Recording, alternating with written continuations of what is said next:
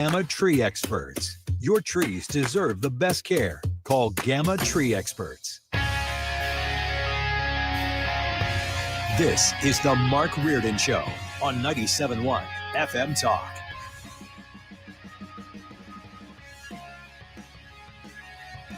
Hey, what's that watery stuff that's falling from the sky?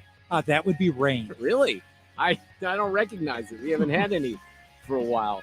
We got a little bit out where I live yesterday, just some sprinkles, but not very much. Good afternoon, ladies and gentlemen. On a Tuesday edition of the show, we are loaded up here. We do not have Sue Thomas. She will be back, I believe, tomorrow, but Fred is hanging out. Ethan Hannaford doing some of the producing as well. There is a lot going on, like this Ryan Ruth guy was just found guilty of trying to kill President Trump. That seemed to be in big question. Wow, we were all on the edge of our seat. It took 3 hours. Well, I texted Fred this morning and I said, every other trial that we deal with that's high profile literally takes months. You're like, okay, jury selection is going to take 3 weeks, and then the opening statements, and then, you know, you have the witness testimony. This thing was like, boom, it's over. Now, he did represent himself, which is never recommended. But I saw his his daughter was out there this morning saying, oh, he's just being wronged. So, look, he's a nut job. And you know what he tried to do? Did you see what he tried to do? Yeah, right after the verdict. The verdict comes in. He tries to stab himself in the neck with a pen, and they're restraining him. The president reacting to some of this a few minutes ago. Justice was served, and we'll see what happens.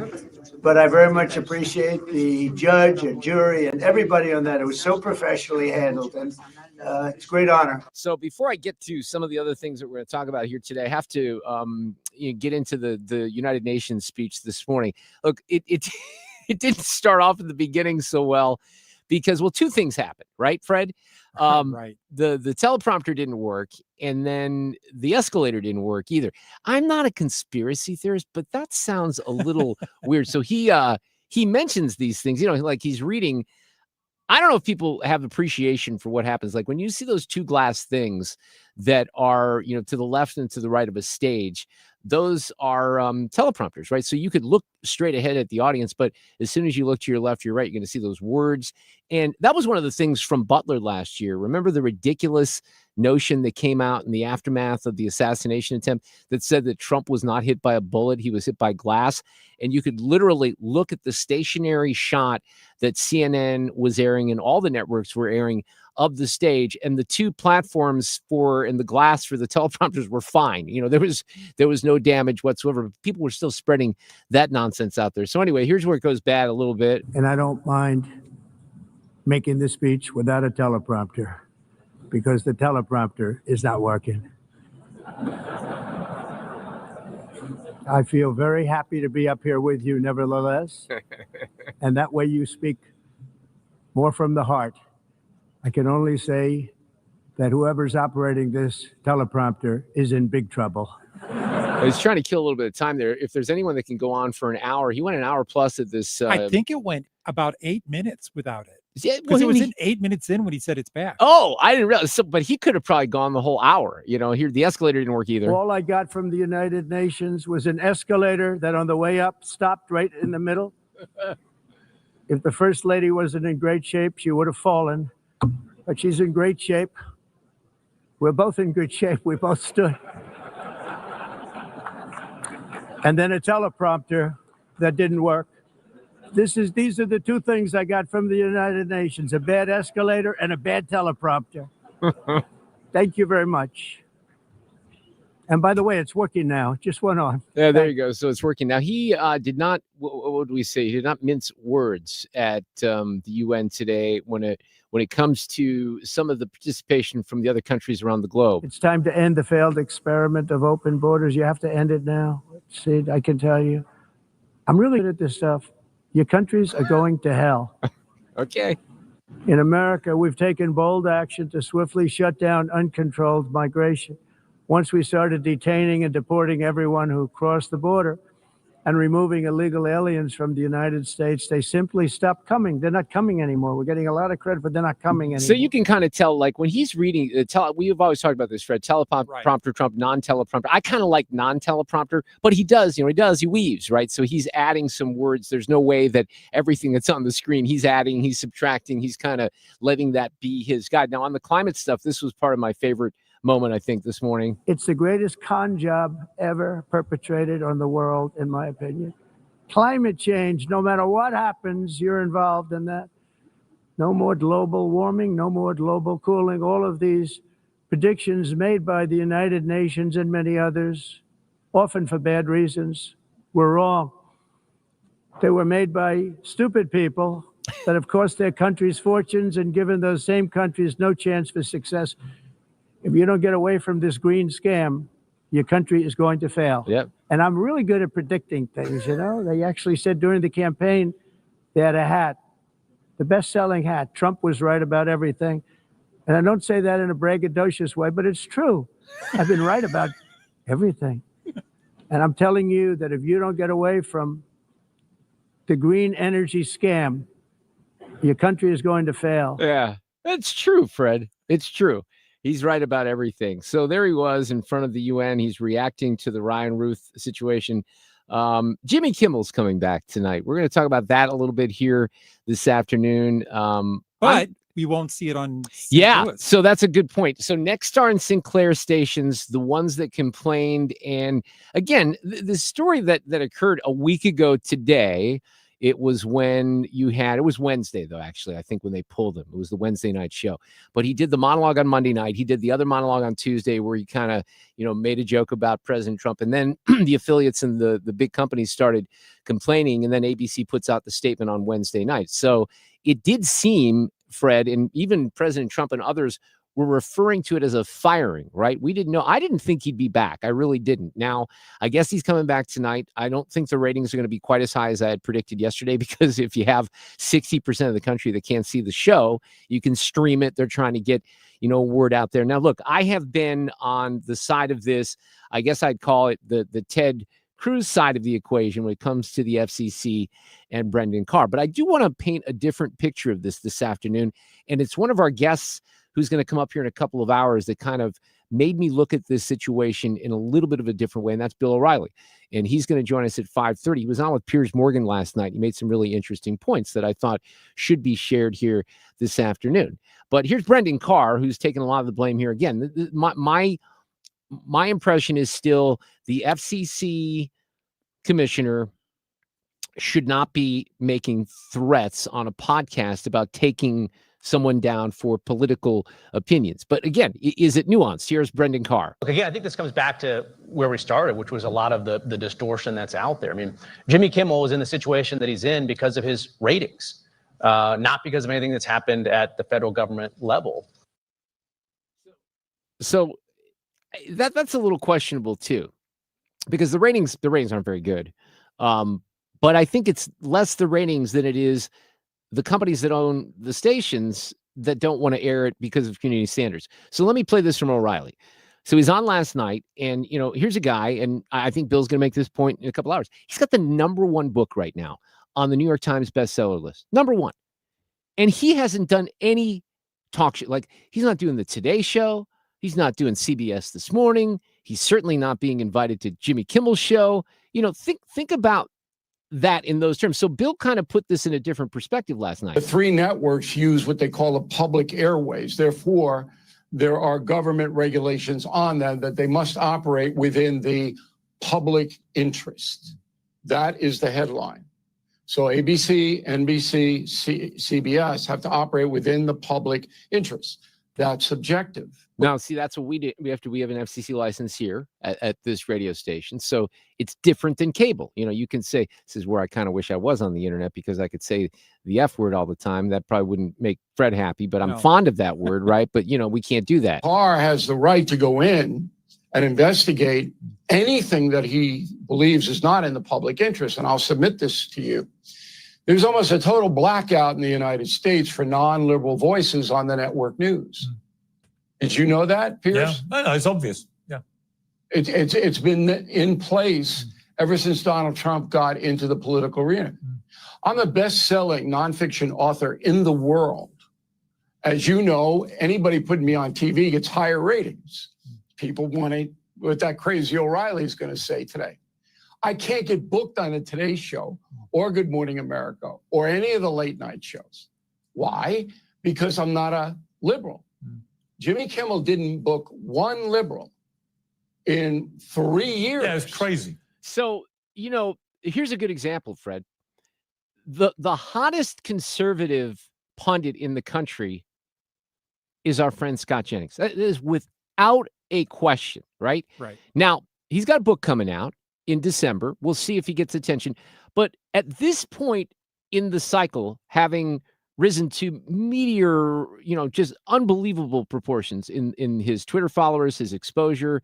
There was a point where I would mention Scott because he was a friend. He was on our show. And, we'd reference him when he wasn't on the air sometimes because he'd say some things. We'd play the audio. But then it got to a point late last year where I could barely get through any of my conservative media sources without seeing his name.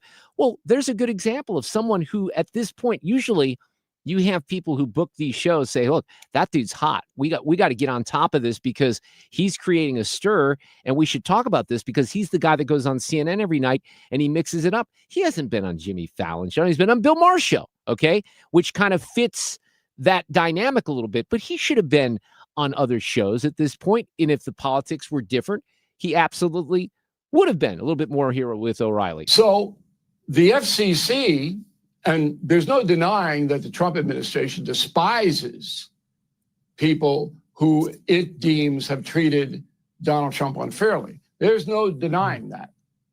But the FCC says, hold it. Is this in the public interest?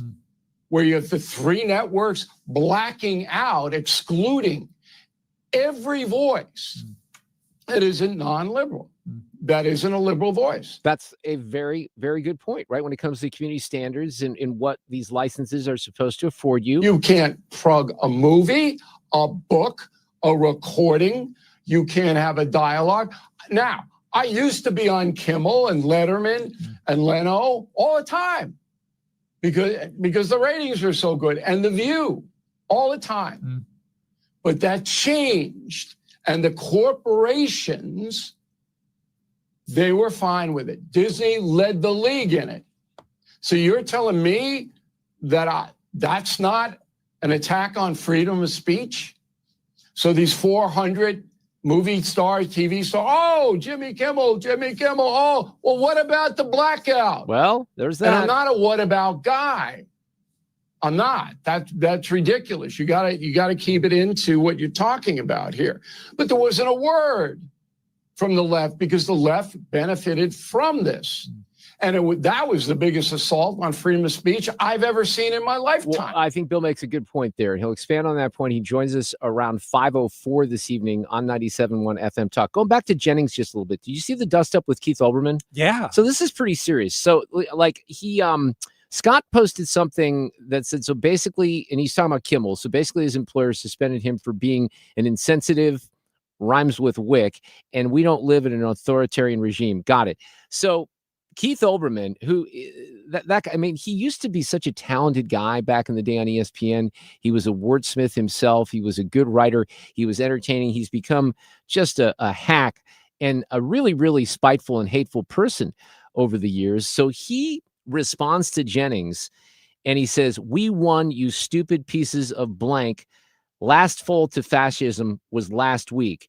Now we get the fascists off real TV. That'd mean your career is next, Jennings. Send a tape to America's Voice."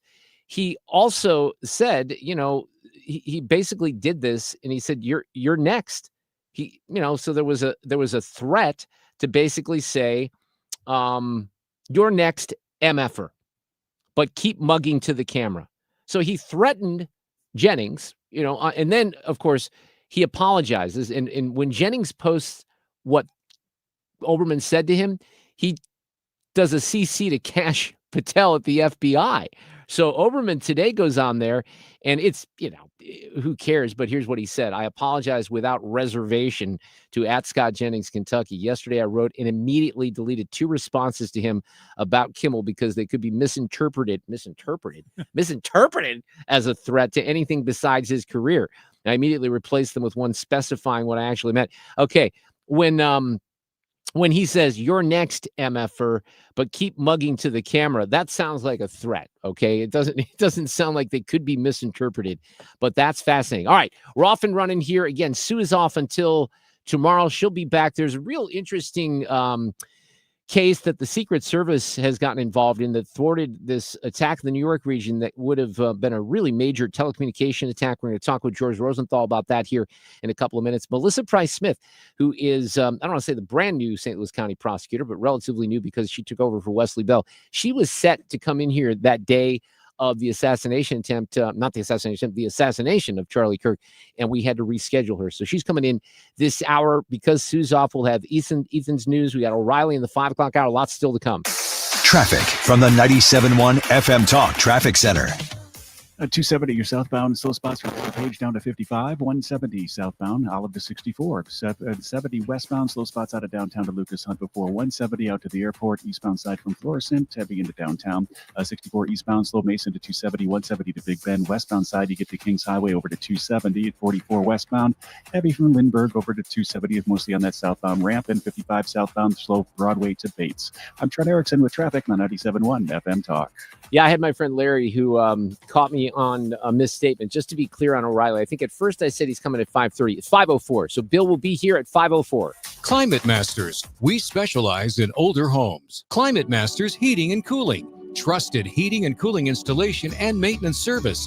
Keeping the St. Louis Metro comfortable since 1978. Call us today at 314-968-8383. Climate Masters. I want to encourage you, if you haven't done it yet, and last night would have been a great night, and I recommended this to all of you, to download the Underdog Fantasy app. Get on there with your username and your password. Use a little bonus credit that I can afford you here. I can't do much for you, but I can do that thanks to the folks at Underdog. But Underdog is a great app where you can play here in Missouri. You've been able to for a while. And for me, football really is the best place here because all you have to do is choose whether your players, your favorite players, maybe even players you don't like, will go higher or lower on stats like touchdowns, receiving yards, interceptions, and more. And if you get the entry right, you can win up to 5,000 times your cash. And you can play with as little as $1. The way to get started on all this is download the app, create a username and a password, then deposit a little money. When you make your first $5 play, they will bonus you $50 if you use the promo code MARKR. So MARKR, that scores you $50 in bonus funds when you play your first $5 on Underdog Fantasy. Again, the promo code is MARKR. Underdog, make plays, win money. Must be 18 plus and present in Missouri. Terms apply. See assets.underdogfantasy.com/web/play and get terms _DFS_.html for details. Concerned with your play, call 800-GAMBLER or visit ncpgambling.org. Celebrate September with Zero Res and get 3 rooms of carpet cleaned starting at just $129 and take $75 off your air duct cleaning. Book online at ZeroResSTL.com. Take advantage of these huge savings. Spell it forward or backwards, it spells the same. Zero Res. Trucking accidents can change your life in an instant. The injuries, the bills, the stress. It's overwhelming. That's why you need a legal team that understands what you're going through and knows how to fight for what you deserve. At Kaufman Townsley, we've helped real people in St. Louis get real results after serious truck crashes. We know the roads, we know the law, and we know how to win. Kaufman Townsley, real people, real results. Call 314-500-5000. That's 314-500-5000. You're listening to Leaf Filter Radio, and the guru of gutter protection himself, Chris Coonahan, is here to take your most pressing leaf-related questions. Hey, everybody, Chris here. I understand we have Ron on the line. Ron, where are you calling from? Uh-oh. Ron, are you calling from a ladder? Well, I was. I wanted to ask Chris what I need to do to get my gutters ready to have leaf filter installed. Oh, Ron, you don't have to do anything. A Leaf Filter Trusted Pro will come out and clean out your gutters, realign and seal your gutters, and install Leaf Filter, America's #1 gutter protection system. So I didn't need to get on this ladder? Ron, Leaf Filter Trusted Pros are in your neighborhood and ready to help. Just visit leaffilter.com/radio to schedule your free gutter inspection and get up to 30% off. Thank goodness. What was that site? That's leaffilter.com/radio for your free gutter inspection today. See representative for warranty details. Promotion is 20% off plus a 10% senior or military discount. 1 discount per household. Tony LaRussa here. Men, are you running out of stamina rounding third base? If so, call my friends at Victory Men's Health in O'Fallon, Illinois. Scoring at home is important, just as important as crossing the plate with the winning run. VictoryMen'sHealth.com. From politics to pop culture, Reardon breaks it all down. 97.1 FM Talk, St. Louis Conservative. Well, I would put this in the category of stories that should be covered a little bit more. And in fact, this morning, Fox was covering this quite a bit. The Secret Service says that it has dismantled a massive network of electronic devices in the New York City area that they believe were used to threaten officials. And this is the part where it gets a little freaky, was capable of cyber attacks that could knock out large sections of cellular communications. This is what the Secret Service said earlier. Encrypted, anonymous, which means that it could theoretically text the entire nation in 12 minutes. So that's problematic. Not to mention all the other things, taking out cell towers, denying services, and criminal organizations and foreign governments using it to run their organizations. I don't think that sounds very good. And by the way, they discovered communications equipment, including more than 300 servers and 100,000 SIM cards. Definitely nation state, foreign governments communicating over that network to known criminals in the United States and known organized crime, known cartels, and terrorist groups were using this network to run their communications anonymously and encrypted. George Rosenthal is always one of our go-to experts on all this cybersecurity stuff. He's with throttlenet.com. George, this is crazy stuff. And again, I think it's a little undercovered considering the seriousness of the threats here.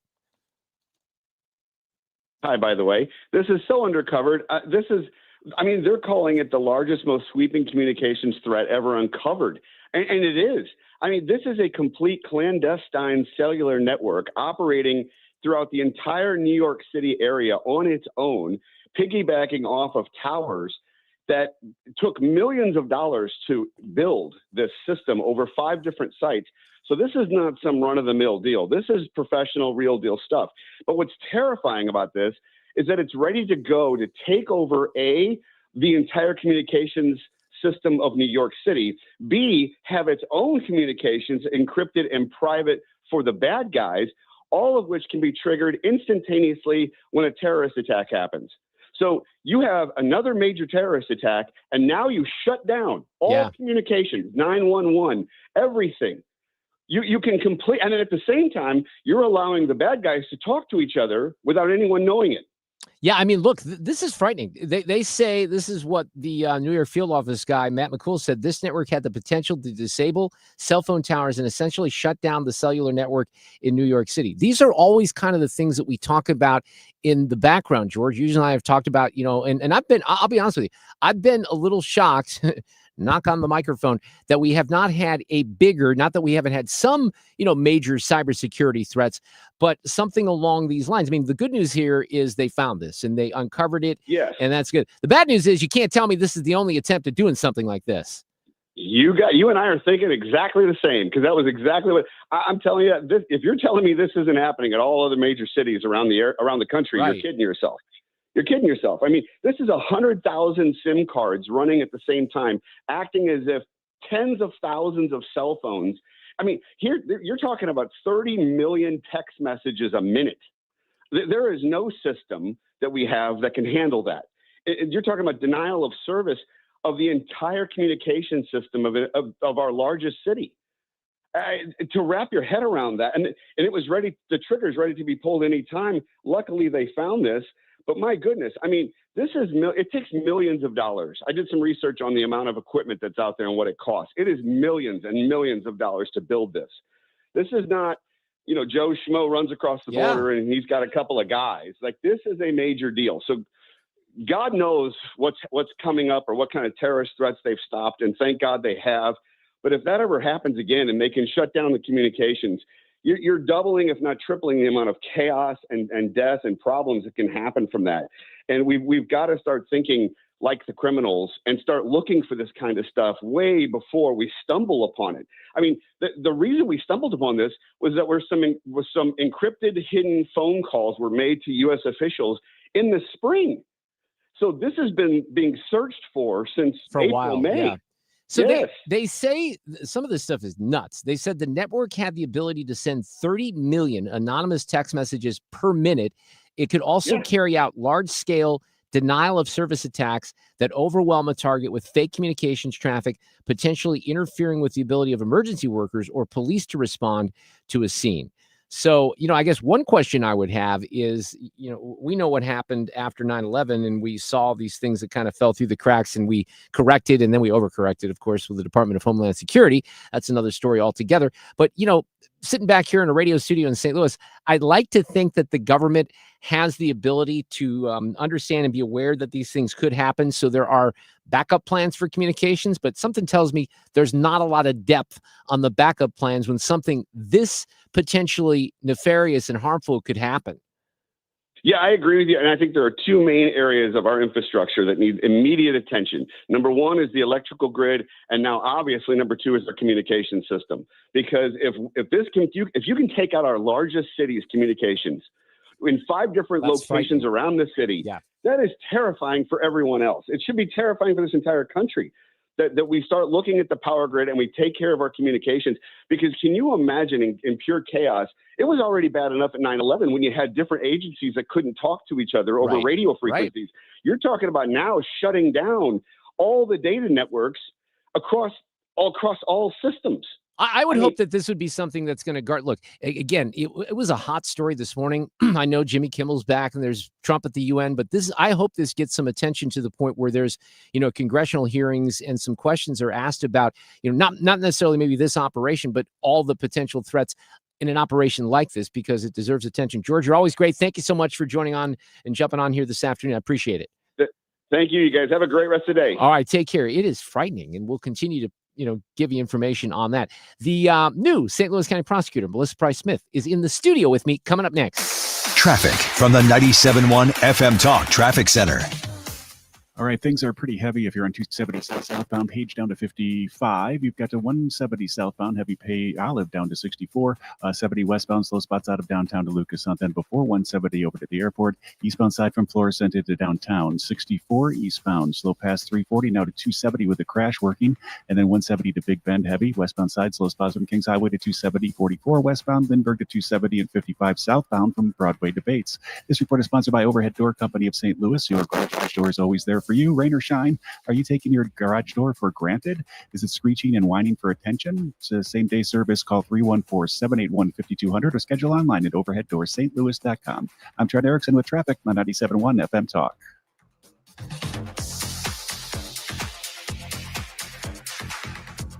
This report is sponsored by Overhead Door Company of St. Louis. Have you been notified that your subsidy for Obamacare health insurance is going away? Well, you can leave now while you are still healthy and can qualify for much better individual plans. Greg Hammonds at greghammonds.com has been helping people get affordable health insurance with great coverage for over 35 years. Greg offers private health insurance plans that are not on the ACA marketplace. You can pick your doctors. For most claims, you won't even pay a deductible, and they're 30 to 60% lower cost than Obamacare. One more thing, there's no tax penalty at the end of the year. Greg even has plans that are guaranteed acceptance. If you pay for your own health insurance, you're uninsured, you're on COBRA, or your employer coverage is just too expensive, call Greg at 314-794-7784. That's 314-794-7784. Or go to greghammonds.com. That's greghammonds.com. He can custom design a plan by you, not the government. If you suffer from burning, tingling, or numb feet, pay special attention as we discuss neuropathy with Dr. Patton, D.C. Doctor, what is neuropathy? Peripheral neuropathy is nerve damage to the feet and legs. What are the symptoms? The symptoms are numbness, burning, tingling, pain, and loss of balance. Is neuropathy treatable? It's absolutely treatable, and we have amazing results. If you have burning, tingling, numbness, coldness in your feet or hands or balance issues, call us at Comprehensive Integrated Health today for a nerve damage screening. The screening will tell if you're at risk for serious complications and if you're a candidate for our cutting-edge treatment program. Don't wait until your symptoms are so severe nothing can be done. End-stage neuropathy leaves people confined to walkers, wheelchairs, and even amputations. The first 10 callers will receive a free nerve damage screening. Call 636-538-5188. That's 636-538-5188 for your free nerve damage screening. 636-538-5188.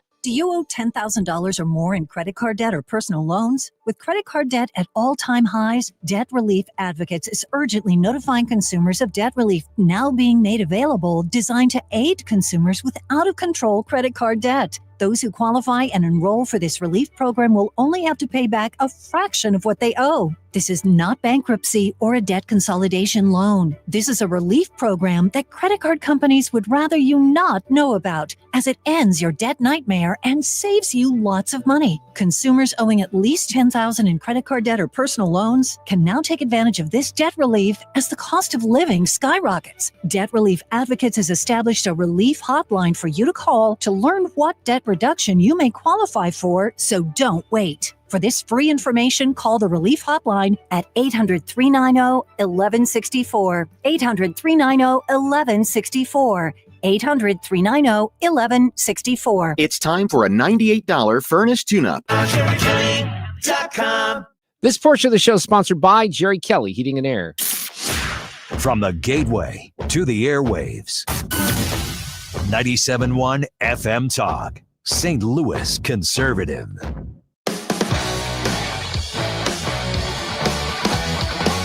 All right, we got one more day where Sue Thomas is off. Ethan will handle the chores of Sue's News in the next hour. Bill O'Reilly at 5:04. His take on some of the things happening, certainly with Jimmy Kimmel. Jimmy Kimmel back on the air tonight. And he might not have the ratings that I thought he would, because a lot of the Next Star stations in Sinclair here in St. Louis, they will not air the show. They're doing something else. A couple of weeks ago, we had Melissa Price Smith scheduled. It was actually the day of the Charlie Kirk assassination, so we had to juggle some things. She is the current St. Louis County prosecutor. I've never met her in person until just now. She joins us in the studio. Melissa, how are you? Thanks for coming in. I appreciate it. I was telling you when we first met during the break that people have said, this is always suspicious to someone like me, that both R's and D's say very nice things about you. My roundtable panel on Friday, they've been very complimentary. You've been in the job how long now? I have been at the St. Louis County Prosecutor's Office for 18 years. That's amazing. You've been there. And you were just telling me you had an identical twin sister who was in the prosecuting office as well. That had to get a little confusing. People got very confused. We're identical. She worked in the prosecutor's office 26 years. We were both initially hired by Bob McCullough and both also worked for Wesley Bell. That's awesome. Well, I love Bob. I haven't seen him in a long time. So stepping into this role had to be something that was somewhat natural for you because of all the experience. Yeah, I think so. You know, I have been, like I said, been in the office 18 years. I started with low-level crimes, moved on to guns and drugs, robberies, burglaries, homicides. The last 10 years, I did primarily sexual assault. I was going to ask you about that, because I had a friend who was a St. Louis police officer who, specialized in that. And the horror that must present to someone like you investigating cases like that, I don't know how you do it.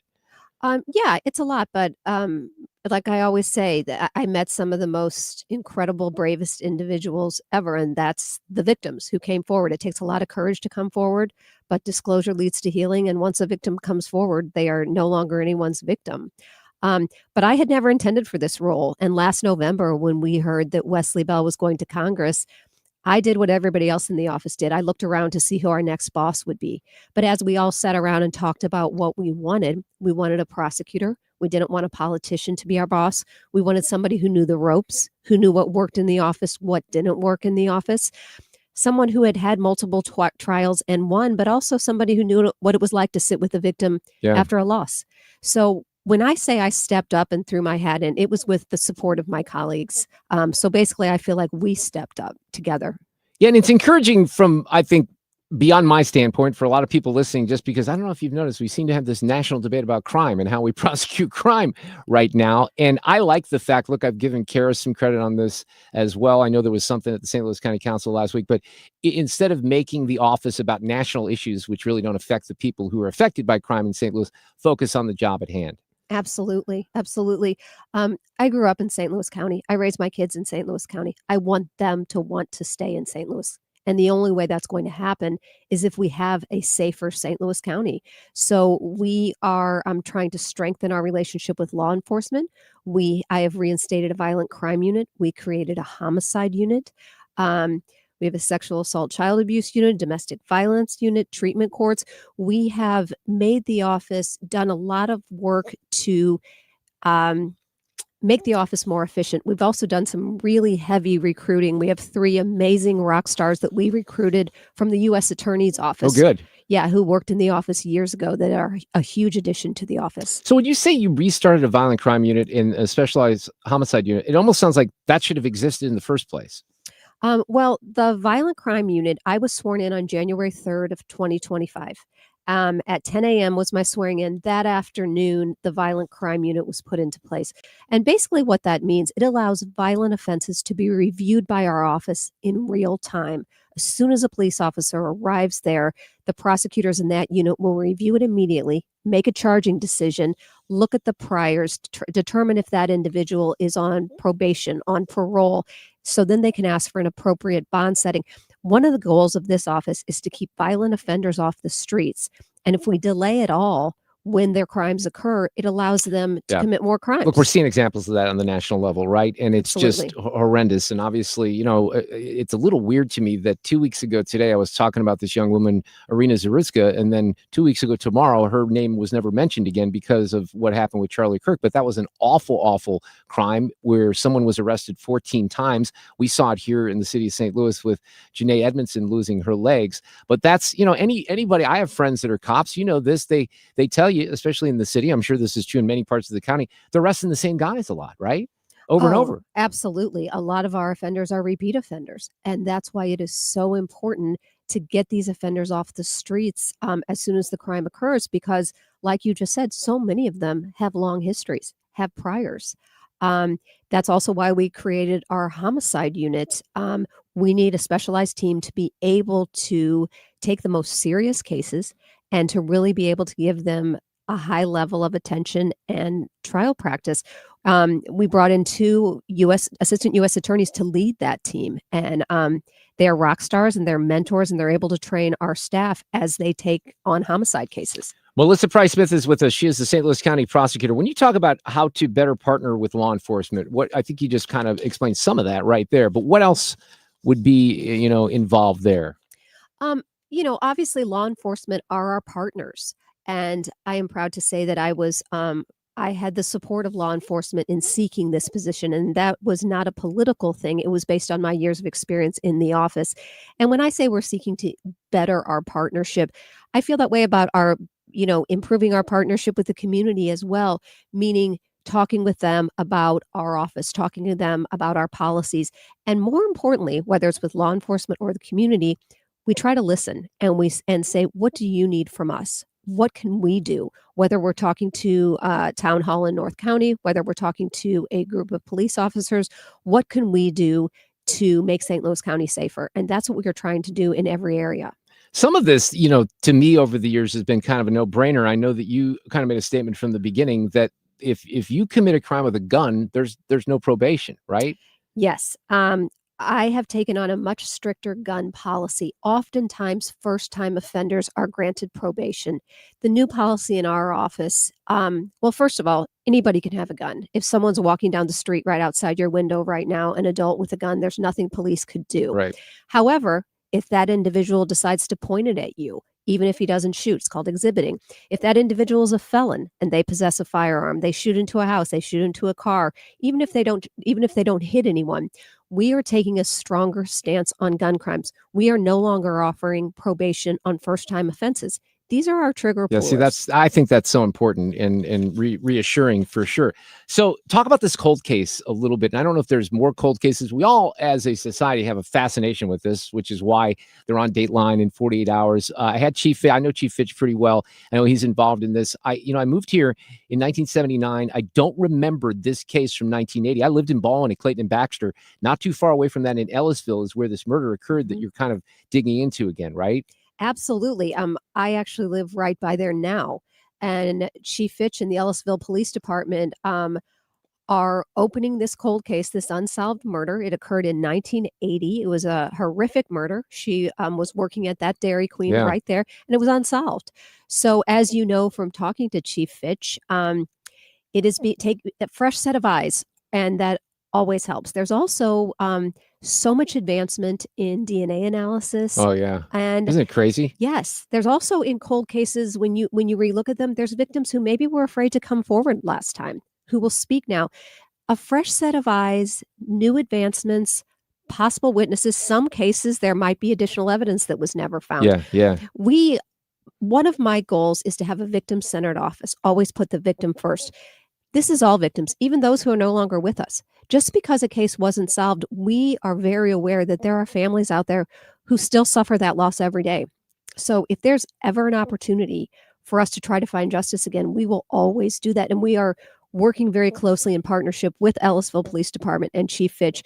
In fact, one of the leaders of our homicide team, Jerry McDonald, he is our pinpoint person for cold cases. And once a case comes to him, he will assemble a team and get to work on it with law enforcement. There's like 3 different streaming shows right now that deal with cold cases. Department Q is one of them, or a couple others, which is kind of fascinating. The DNA stuff is really interesting to me. I actually was in Columbia over the weekend, and I ran into, you know, Joe Mosley by any chance? I do not. Former Boone County prosecutor, went on to be a state senator, and then he kind of went into private life. But I used to cover a bunch of trials, and the one that I always talk about, and I brought this up with Joe because I'd been referring to it, is there was a guy who had a wife that went missing in the Rochefort area. This is mid-'80s, right? Wife was never found. Body was never found. Everybody kind of knew that this guy, Ralph Davis, did the crime. So somebody cracks open a lock at a storage facility in Jeff City. There's a car in there, and it's Ralph Davis's car, and there's brain matter on the steering wheel. They never find the body. It was the first case in the country where they convicted only on DNA evidence and no body, because that was so new at the time. But it was a fascinating case. That's incredibly fascinating. And it, like you just said, it's extremely rare to get a conviction without a body. I know that our office did that in the last couple of years in the DeJuan Ferguson case. Oh, yeah, that's right. Yeah. I remember that. But yeah, just thinking back to how this has all evolved with technology really is fascinating. Well, I'm glad that you're settling in. How many trials will you participate in directly as a lead prosecutor? Is that pretty minimum because you're kind of running the office, or how does that work? Well, that has been a discussion we've been having a lot lately. I have been first chair on about 35 felony jury trials. When I was doing the sexual assault and child abuse case, I felt that was my calling, that I would always be doing that. I thought ultimately I would retire doing that. Trial work was what I was supposed to do. When I took this role 9 months ago, the first thing I said was, I'm going to keep doing a lot of trials. I have since learned that there's a lot of other things that do limit that. I still do have a handful of cases, some of which are set for trial, but being everywhere, because I want to be everywhere. I'm trying to be involved in everything in the office and everything in the community. I am learning very quickly that to handle a full caseload or even half a caseload is a lot tougher than I thought. But I think what I heard you say earlier, that makes it even more important to make sure that some of the new prosecutors are getting as much experience as they can for purposes down the road, if you will. Yeah, absolutely. And one of the things, like I started talking about, we have recruited not only the 2 leaders of our homicide team from the U.S. Attorney's Office, we've also recruited our chief trial attorney from the U.S. Attorney's Office, all of whom had worked in our office in the past, but we recruited them to come back. And I can't tell you what a huge honor that is. We've also recruited 3 other people from a different office who've come to us. We've hired some great people. We are very focused on training and mentorship by bringing in experienced people and training some new bright young lawyers. But doesn't that have to be tough where lawyers looking at what they can make in a firm, and they have to be committed to it? I guess that's part of it. But you're up against some fiscal challenges there too, aren't you? Oh, 100%. If, I actually spoke to a high school class today. I do that often. And one of the things I told them, I said, first of all, if you're looking to be rich, you don't become a prosecutor. To be a prosecutor, you have to have the heart to go into public service. And I am so proud of everybody I work with, because it is such a group of people who are committed to doing the right thing, to finding justice, and to giving victims a voice. But you're never going to be rich in this job. Well, same thing with radio. So we share that in common. Melissa, thank you for coming in. Melissa Price-Smith, who is the St. Louis County prosecutor. Always probably a good thing to have me on a show like this, talking about you as little as possible. That tends to be a good rule.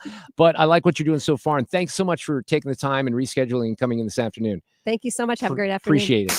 Traffic from the 97.1 FM Talk Traffic Center.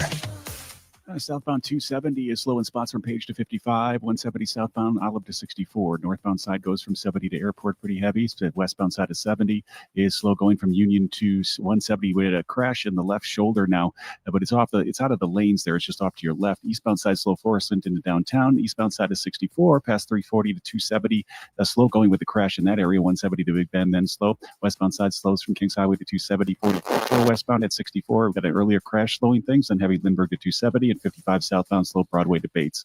This report is sponsored by Baron Mere Glass and Door. Baron Mere Glass and Door is the largest, most beautiful showroom in all of St. Louis, full of the latest, most custom designs, located in the Chesterfield Valley. You'll see why they say creativity unlimited, quality unsurpassed. I'm Trent Erickson with traffic on 97.1 FM Talk. When you're approaching retirement, there are a lot of questions to answer. Do you have enough money to fund your income for life? How should you claim Social Security? And what's your plan for health care and long-term care? Hi, I'm Eric Robert, Director of Investments with the ClearPath Wealth Management Group at Stifel and host of On the Money Saturday mornings at 11 on 97.1 FM Talk. Don't leave your retirement to chance. It's crucial to understand and address relevant risks before you retire. Our team can help you get organized, guide you through critical retirement decisions, and create an investment portfolio designed around your needs. To schedule your free retirement plan consultation, go to clearpathinvesting.com. That's clearpathinvesting.com, or call us at 636-695-2650. That's clearpathinvesting.com or 636-695-2650. Stifel Nicholas and Company Incorporated, member SIPC and NYSE. I want you to get a free estimate on a Generac home standby generator from Generator Supercenter, the nation's #1 Generac generator dealer. Look, we just talked to George earlier this hour about this telecommunications thing that the Secret Service, put the kibosh on, and that could have knocked down telecommunications.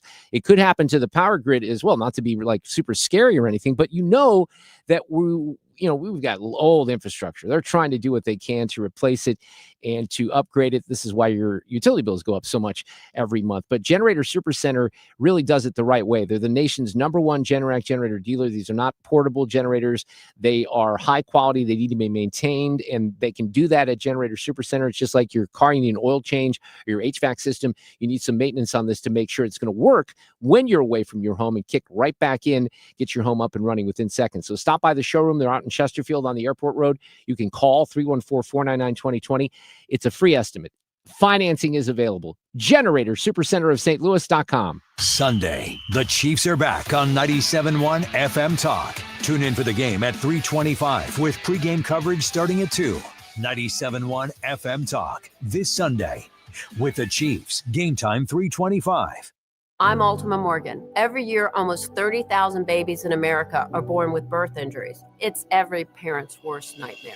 If your child suffered a birth injury, please call our firm to find out if we can help. Visit forthepeople.com for an office near you. Hey, it's Bo Matthews, and Missouri Brush Control is helping landowners reclaim their property through eco-friendly forestry mulching. Missouri Brush Control can transform your overgrown acreage into accessible and usable land, and in a fraction of the time compared to conventional methods. Missouri Brush Control also cleans up around ponds, lakes, and dams, allowing easy access to your water feature. They service residential, commercial, and recreational properties with their specialized machines and years of expertise. Enjoy your land like you've always dreamed of. Visit MissouriBrushControl.com. That's MissouriBrushControl.com. Celebrate September with zero res and get 3 rooms of carpet cleaned starting at just $129 and take $75 off your air duct cleaning. Book online at ZeroResSTL.com. Take advantage of these huge savings. Spell it forward or backwards, it spells the same, Zero Res. Sponsored by Progressive Insurance. If you're a renter, make sure you're protected.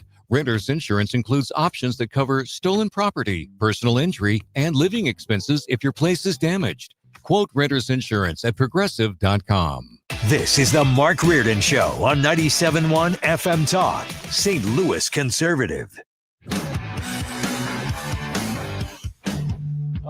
Kamala is still doing her book tour. I wonder if she'll be on with any conservative hosts. She's out there, with crocodile tears. Actually, she said she had actual real tears. Election night was very traumatic for her. And she recounted that with the panel on The View. She was on with Rachel Maddow last night. We had never talked about election night. It felt traumatic. It was that traumatic. We had never talked about election night. She's talking about her husband, that they had never really talked about what happened on election night because it was so traumatic. That night, I grieved in a way that I have not since my mother died. And it was not at all about losing a race. I knew what it was going to mean for the country. I was going to say for the family. That's how I felt, for the country. We all agree. I knew what it was going to mean, but I knew. Yeah. And all I could say over and over again is, my God, my God, my God. Yeah, and she says that people, and I believe this, just because the people who have Trump derangement syndrome are so deeply affected by this. She says that people come up to her all the time and they cry about what happened last November. We have things to talk about. Are you doing that wherever you go now? Well, a lot of people are coming up to me crying, actually. Crying. Yeah. Yeah. So why did you? This is part of this. There's so many things in this book that are fascinating. Really not, but she has to try to explain them now, and I'm not even sure who the audience is for this book because it seems like it's so boring. But one question that really she was never pointedly asked during the campaign is, why did you keep your mouth shut about the guy who was drooling on himself? You knew what job he was doing. She still won't admit it. I can only take responsibility for myself. And on reflection, and I talk about it in the context of asking a question of myself, was that grace to not bring it up to him, or was it reckless? And on my part, I do reflect on that and feel that there was a recklessness about not raising it with him. I talk about what was going through my head, right? And what was going through my head to not bring it up was that it would come off as being very self-serving and therefore maybe lack the credibility that it deserved. But I do think about it. And I also say, though, and I speak extensively about this, my concern about him running for re-election was completely separate from my admiration and knowledge about his capacity to serve as president of the United States. So that was on, I think, that might have been on CNN, but she's on with Michael Strahan on ABC. You think he would have been up for running the country for 4 more years? Here's the distinction that I make. It's and having had the experience myself, it is one thing to have the capacity to govern. It is another thing to go through an election for president of the United States. So you are an athlete. You may appreciate this kind of metaphor. Running for president of the United States is like being in a marathon at a sprinter's pace with people throwing tomatoes at you every step you take. It is not for the lighthearted. It takes an incredible amount of endurance and stamina. And can you imagine doing it while you are also carrying literally the weight of the world as being president of the United States? Yeah, one guy did it in 2020. The other guy, who's 79, did it last year, Kamala. I don't know if you noticed that. Traffic from the 97.1 FM Talk Traffic Center. All right, 170 southbound, you're heavy from Olive down to 64. Your northbound side fills in from 70 up to Airport Road. 70 westbound, slow going Union over to 170. They're clearing a crash out of that left lane. Eastbound side from Florissant into downtown, pretty heavy. Eastbound side of 64, past 340 to 270. We've got a crash working just before 270. And then 170 to Big Bend is heavy. Westbound side, slow spots from Kings Highway over to 270.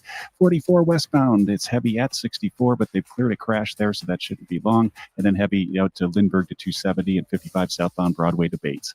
This report is sponsored by the Diamond Shop, making St. Louis sparkle for over 100 years. I'm Trent Erickson with traffic on 97.1 FM Talk. We had a very impassioned discussion yesterday on the show about changing the dates of when the seasons start: fall, winter, spring, summer. Lots of discussion on the X, formerly Twitter. Responses from the audience. We have to revisit this. We'll do it in the next hour after Fox News. Your biggest choice in home restoration is, who do you trust with your home, your most valued asset? Few can match Banner Construction's experience and dedication to excellence. Banner is an elite preferred James Hardie contractor and Pella Window specialist. Restoration is a one-time opportunity to have Banner's design team show you architectural options to make your home the neighborhood showcase. Call for a free consultation, 314-569-1050. Now hiring qualified carpenters. That baby's gone! Cardinals fans, FanDuel Sports Network is your home of the Cardinals. That ball was mashed. And there are more ways to watch this season. Holy cow! Subscribe directly to FanDuel Sports Network to stream the Cardinals without blackouts. How about that play? Or watch through a TV provider. Incredible! Including DirecTV, Spectrum, Xfinity, Fubo, and more. He got it! Learn more at cardinals.com/TV. Ball game! That couldn't have worked out any better for the Cardinals. Mark Cox here. Join me, Mark Reardon, and Annie Fry, along with Thomas Helbig of the Retirement Advisory Group for the last Protecting Your Retirement educational event of the year. It's Thursday, October 2nd at the Frontenac Hilton at 6:30. Here's Thomas with more. Are you nearing retirement or already retired and wondering if your 401k and IRA will last through your lifetime? Do you have your own personalized structured income plan set up? The markets are hitting all-time highs. Would you like to learn how to automatically lock in your gains without having to sell? Did you also know if you're 59 and a half or older, you can roll over your company retirement plan tax-free to protect your nest egg? You'll get all the answers and more. If you're 59 and a half or older, you can't afford to miss the last event of the year. Protect your retirement nest egg. Join the official financial advisor of my show, Thomas Helbig, at the Frontenac Hilton, Thursday, October 2nd at 6:30. Go online to retirementkey.com. That's retirementkey.com. Hey, this is Lisa Stofan. Heard the Mark Patrick weight loss hypnosis hype? Well, I attended because my father stopped smoking with hypnosis. Hypnosis eliminated my desire for soda and fast food, made me want to exercise, and I lost 60 pounds in 6 months. My energy level exploded. I went to another session to deal with some other problem foods, and I lost another 10 pounds. In fact, I brought my husband. He lost weight. More important, cholesterol and blood pressure improved. My friend went and she lost 20 pounds in the first 2 months. So does Mark Patrick hypnosis work? Oh yeah, it works.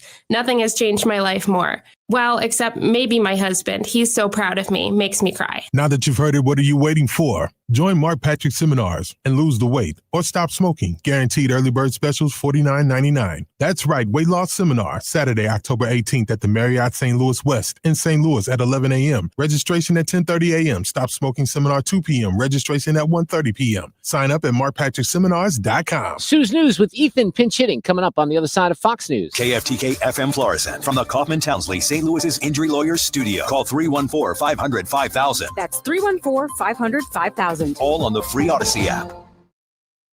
This is a Fox News alert. Yes, he did try to kill the president. I'm Lisa Brady. That decision from a federal jury in Florida convicting Ryan Ruth on all counts over the Trump golf course assassination attempt last September. It took the jury about 2 hours to reach its decision. After that, U.S. Marshals had to react when Ruth attempted to stab himself with a pen. He was restrained and prevented from harming himself. There was also an emotional outburst from the defendant's daughter, who ran out of the courthouse yelling, "Leave me alone." U.S. Attorney General Pam Bondi called the verdict a strike against political violence. Fox's Gernal Scott, Ruth's daughter, calls the trial rigged. Ruth represented himself and argued there was no intent to kill. President Trump calls the verdict justice served. I'm very appreciative of the justice that was given and the way it was handled by Pam Bondi and Todd Blanche and everybody that it's been, and their team of people. It was really well handled. The president spending the day at the United Nations, where earlier he called uncontrolled migration and green energy policies a double-tailed monster, warning Europe of ruin if it doesn't turn away. He also met with Ukraine's president, later posting Ukraine could win back all territory from Russia with support from Europe. 1 week from tonight, there might be a government shutdown if Democrats and Republicans can't agree on a short-term spending plan. The president calling off a planned meeting Thursday with the House and Senate minority leaders. President Trump declared that Democratic demands were, quote, ridiculous. He accused Democrats of wanting to, quote, force taxpayers to fund transgender surgery for minors. Republicans find it ironic that Democrats argued against shutdowns for years, but now some Democrats believe that shutting down is a better option. Fox's Chad Pergram on Capitol Hill. House Democratic leader Hakeem Jeffries says his caucus will meet Monday. America is listening to Fox News. It all comes down to this, folks. Yep, the entire season is on the line. But my throat has officially thrown in the towel. Sounds like you need Vicks VapoCool drops. They're max strength and vaporize sore throat pain. Whoa! These VapoCool drops hit fast. Speaking of fast, did you just see that play? Yeah, he vaporized that ball. That pun should have come with a penalty. Vaporize sore throat pain with Vicks VapoCool drops. Use as directed. eBay has reinvented vehicle buying. From click to curb, everything's covered. Ever try to buy a car online and end up in a parking lot with a stranger and some blind trust? That era is over. Now with Secure Purchase, eBay isn't just where you find your car. It's where you buy it, start to finish. Title, financing, registration, delivery, it's all built in. This is the modern way to buy your next ride on eBay. eBay. Things people love. Secure Purchase is powered by Caramel Dealer Services, LLC, an eBay subsidiary. Air Comfort Service, heating, cooling, and insulation. Weather. Still dealing with periods of showers and a couple of non-severe thunderstorms this evening and overnight. 70s this evening, 68 for the low. Wednesday, mostly cloudy. A couple of scattered showers and thunder showers. No all-day rain. In fact, not a lot of rain, but it will be an unsettled day again on Wednesday, 77. Wednesday night, mostly cloudy, 62. Thursday, partly sunny. This is 97.1 FM Talk. Chief Meteorologist Dave Murray. This hour of the Mark Reardon Show is sponsored by Gamma Tree Experts. Your trees deserve the best care. Call Gamma Tree Experts. This is the Mark Reardon Show on 97.1 FM Talk. Fred, you'll like this. I just sent Sue a message. She's taking a few days off, and I sent her a text that said, "I'm so cold right now. That is all." Because That's good. I can be comfortable the entire day, and I walk into this damn studio, and it's freezing cold. All right, well, the listeners don't care. They don't have to suffer through this. I am looking forward to, I think this might be, Becky asked me this last night, when can we turn, do you still have your AC on or not? Yes. Okay. So like, when can you turn it off here? Maybe like almost permanently. And I think we're getting closer to that. So let's see here. Tonight's low is 65. The high tomorrow is only 73. We're supposed to get some rain, actually. I think some rain is moving into parts of the area, which is a good thing. But when you get to the low 70s and then the temperatures, look, low temperature tomorrow into Thursday, 59. Thursday into Friday, 53. Friday into Saturday, 54. So the temperatures, low temperatures for the next week don't really pop up even over 62 or 63. So that's a good thing, I think. I like that. Yeah, it sounds really good. So the weather is going to settle down. I wanted Ethan in here for a couple of things because some of these things I was going to talk about were sports related, but there was something else that was not sports related that I was going to talk about. Well, let's talk about the sports related stuff first. He's back in here. So Bruce Pearl announced today that he's going to retire as the head basketball coach at Auburn University. Now, this is interesting to me from a variety of perspectives. First of all, I know Bruce. Back in the day, I knew him very well because he was a coach at UW Milwaukee. He was just on last week on Fox, and he was talking about Charlie Kirk. And he's also been mentioned as a potential Senate candidate in Alabama. Now, he says he's not going to do that, but this kind of caught people off guard. I mean, Stephen Pearl, his son, has been given the gig, and Bruce is still, he's not getting kicked out of the university. He's still going to have a role. You know, sometimes they usher people into this role. This reminds me a little bit about what happened with Coach Stewart years ago. They kind of just said, okay, we're moving you into this different position. But Bruce Pearl is young enough where he's only 65 years old. This seems weird to me, Ethan. I'm just saying. The timing of it happening this close to the season, it makes you wonder if there's something going on behind the scenes. My immediate thought is, oh man, he's getting up there in age. I hope he's okay health-wise. I don't know anything, but that's immediately where my mind goes to. Hopefully everything is okay. Listen, as far as coaches at Auburn, they have a history, of good basketball there. Bruce Pearl is second to none. And so well, he went to, one of the best. Bruce, this is sad. It's sad. I spend a lot of time with him because I did a radio show at WTMJ on Friday nights, and he had a show. Bill Michaels, our friend that sometimes is on. Bill and Bruce did a show during the season on Friday nights. So we would always be hanging out. Sometimes we'd be waiting for a Brewers game to end or something like that. Then he went to Tennessee and he had a great, stint there. But then Bruce always has these issues with the NCAA, and he had some way back in the day as well. But he was a really good coach at UW Milwaukee, went to the Volunteers, went to Auburn, but retiring at 65. That's weird to me. So, I would have, since he's staying with the university, in this capacity, you'd have to think that there's not a Me Too situation or anything like that. But that's kind of weird. The other one is not as weird because it was probably a long time coming, just because people have been unhappy with not Jeff Van Gundy, right? Not Steve. Mike Gundy. Mike Gundy, but not. I'm thinking of the NBA. I know coach. you. Mike Van Gundy, right? Is that his name? Yes, Mike Gundy had been at Oklahoma State University for how long? 21 years. That's an incredible run. Now, he's got a personality, and listeners to this show might remember a couple of these sound bites. First of all, he did this news conference. I don't know how long ago it was, but it went viral because he got pretty. And this is just a short version. Well, this is one thing that came out of this is he said this. I'm a man. I'm 40. That became, but this is the part. Remember, Fred, we used to use this, right? That's why I don't read the newspaper, because it's garbage. And the editor that let it come out is garbage.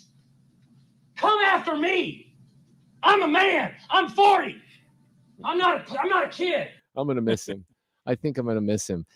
He had some great years at Oklahoma State. They had some really good teams back in the day. Outside of the anger that he flashed in that news conference, he always had a very interesting personality. Remember he had the mullet for the longest time? Oh yeah, absolutely. Oh yeah, he was always one of the more entertaining college football coaches. But they started off 1-2. I think they got blown out a couple of weeks ago. It's been rough for a couple of years now. They lost to Oregon. What was the score? They lost by 50 points or something. They lost by right. 50 or 60 points. And then last week they lost to Tulsa and they just couldn't do anything. And I think that was kind of the final straw where a lot of people were like, all right, this may be it. Okay, one more sports topic, and we knew this was coming, so it shouldn't be a big surprise, but I'd love, Fred would be the purist in the room, perhaps. Ethan is of the new generation, but Jeff Passan, I think, reported this first this afternoon. Major League Baseball will implement a challenge system for balls and strikes next season after the competition committee voted to usher in the era of robot umpiring. So teams will receive, and they've been doing this in the minors, right, Ethan? Right. They've experimented with this, but you get 2 challenges to dispute calls by the home plate umpire, and then the computer will tell you if it's a ball or a strike. Now, look, I kind of like this only because you don't want to go crazy with this, and I don't know where this is going to take us. I mean, if the human element gets removed altogether, which maybe I guess it could, but there are very questionable calls that get made sometimes when the games are on the line, and that's where I think it's appropriate. I think I saw it actually take place in a Memphis game. I think when the Cardinals weren't playing at night, on TV, FanDuel. they showed, and you were watching it, FanDuel, you mean? Yeah, and I was watching it. And there were a couple times that they the batter or the catcher challenged the umpire. The umpire was usually right. And it went pretty quickly. It was kind of entertaining to watch and to decide, who was going to actually make the call. Only 3 people could request it: the pitcher, the catcher, or the batter. So that's how that works. Oh, so the batter, I never thought of it from that perspective. So if a batter gets thrown out on a third strike or whatever the question, they can throw a challenge as well? Or called out, you mean? Yeah. Right. Yes. Yeah, I guess I was thinking of it from the perspective of the pitcher only, but this would involve both sides can, offer a challenge. Look, we've all seen calls this season. Some of them are so egregious. I'm like, wait, what did you just say? What did you call? Now, I understand that some of the breaking balls, I don't know how the computer reacts to those, because you can see pitches that come across the zone, but then dip down below the strike square, if you will. They tested this out during spring training, and it worked really well. And they're basically able to have a 3D camera of where it is crossing into the strike zone, and they're able to see, okay, even if it nicks it, the strike zone, it's not solely based off of, the little graph that we see on TV. And if it hits it, if it's a breaking ball and it's coming from the outside and the catcher, receives it in a certain spot, and it's called a strike, but it did not nick the zone, still a strike. If it did not nick the zone, it's not going to be a strike. Okay, so the computer would overturn that. Correct. Okay. So this is going to be really good for baseball, I think. And I like even more, you said it's only 2 per 2 team. challenges, right? That's good. I didn't know what the number was going to be. Yeah, because you could get a little crazy with this too. But think about it, guys. This is going to add so much strategy to the game as far as how you use these, because you can't just blindly in the first inning, you can't use 2 of them and then all of a sudden you have no more for the game. It's going to be methodical. And I think I mentioned this earlier. I think this is going to also bring in a little bit more fan interaction, because they're going to know also that that's a thing. And they're going to perhaps, like fans in football, call for, throw the challenge flag, throw the challenge flag. I think that could be a thing in baseball. I think this is good for the sport, but you overplay your hand and it becomes bad. You have to have the human element. Don't go further than this, MLB. You have a good product. Well, they probably will. Look, Fred and I are old enough to remember they didn't have replays all the time in football. And you see them. I'm not criticizing the refs. The game is very fast, but the amount of calls that they miss in the NFL that are overturned is sometimes quite stunning. Oh, there's holding on every play. Well, that's true too. Let's talk about last night's baseball game. Did you hear about the foul ball that was not called? I did not. Yeah. In the Cardinals Can you game? explain that one? Yeah. So what happened was the Cardinals had a runner on third. Jordan Walker was at the plate, and he hit a foul ball off of his foot. Okay. But the umpire didn't see it. It was so clear that it hit off his foot that, at that, if the ball wouldn't have hit his foot, it would have been a chopper, hits his foot, and it just smoothly rolls on the infield. Mm-hmm. So it's very clear to everyone watching that it was a foul ball. They didn't call it. Walker runs to first, kind of confused, not really sure. And Sajaci also begins to run home, kind of confused. They tag out Sajaci, okay, and then they throw out Walker at second, and it ends up being an inning-ending double play.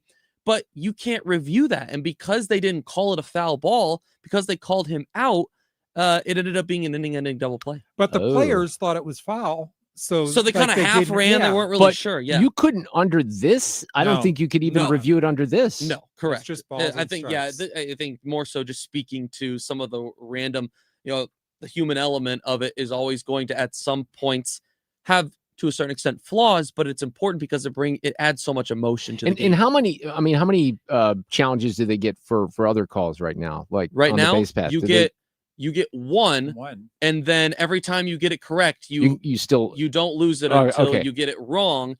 But if you run out of them, you can request, if there's a blatant call and you're like, hey, can you guys check this? Yeah. And if baseball thinks that, it was a missed call, well, a lot of that, take it to New York. A lot of that is happening in the NFL where they're getting so good at this that they're not even taking a lot of time to, make the decisions on what was right and what was wrong. It comes down from New York very quickly. There've been a couple of things in baseball that, and I'm listening to maybe Ricky Horton and John Rooney or, the TV broadcast crew, and then I'll see the play later if I'm listening to it on the radio where, you're absolutely convinced, they're going to overturn, and then they don't. It's like the gut instinct sometimes and I get sometimes there's not enough evidence to overturn. I think that happened a couple times, even in the Mizzou game over the weekend. All right, we got Ethan's news. One more day. Sue is back tomorrow, but Ethan's going to handle that segment coming up next.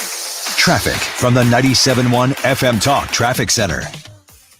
270 slow spots southbound from Page down to Gravois now. 170 southbound from Olive to 64, but the northbound side hits the brakes from Natural Bridge now up to Airport Road. 70 westbound slow spots 367 to pass 270. Eastbound side of 70 heavy over the bridge 270 with a crash in the right lane. 64 eastbound slow spots 270 to Big Bend and westbound from Kings Highway to 270. 40 westbound heavy from Lindbergh to 270, and you've got east southbound side of 50 down to Bates. This report is sponsored by Jerry Kelly Heating, Air Conditioning, Electrical, and Plumbing. I'm Trent Erickson with traffic on 97.1 FM Talk. The Martins came over, we were having spaghetti when we suddenly noticed that we started getting sweaty. So we grabbed the keys and we ate it in the van. That's what my friend said, call Jerry Kelly, man, JerryKelly.com. Give him a call, even though it's late, JerryKelly.com. There are things in life that you have to know for certain. Sue Thomas with you. And one of those is the money that we have saved for retirement enough to make it through our retirement? Oh, you have got to have a written financial retirement plan in place. This is why I like Financial and Tax Architects' approach. Their idea is, okay, let's teach you a few things about how retirement works, some tax-efficient strategies, how to deal with saving for any kind of healthcare issues you've got coming up in retirement. And then we'll sit down with you, see what you've got, customize a plan specifically to your goals and to your values based on what you've got. And I just think that's the way to go.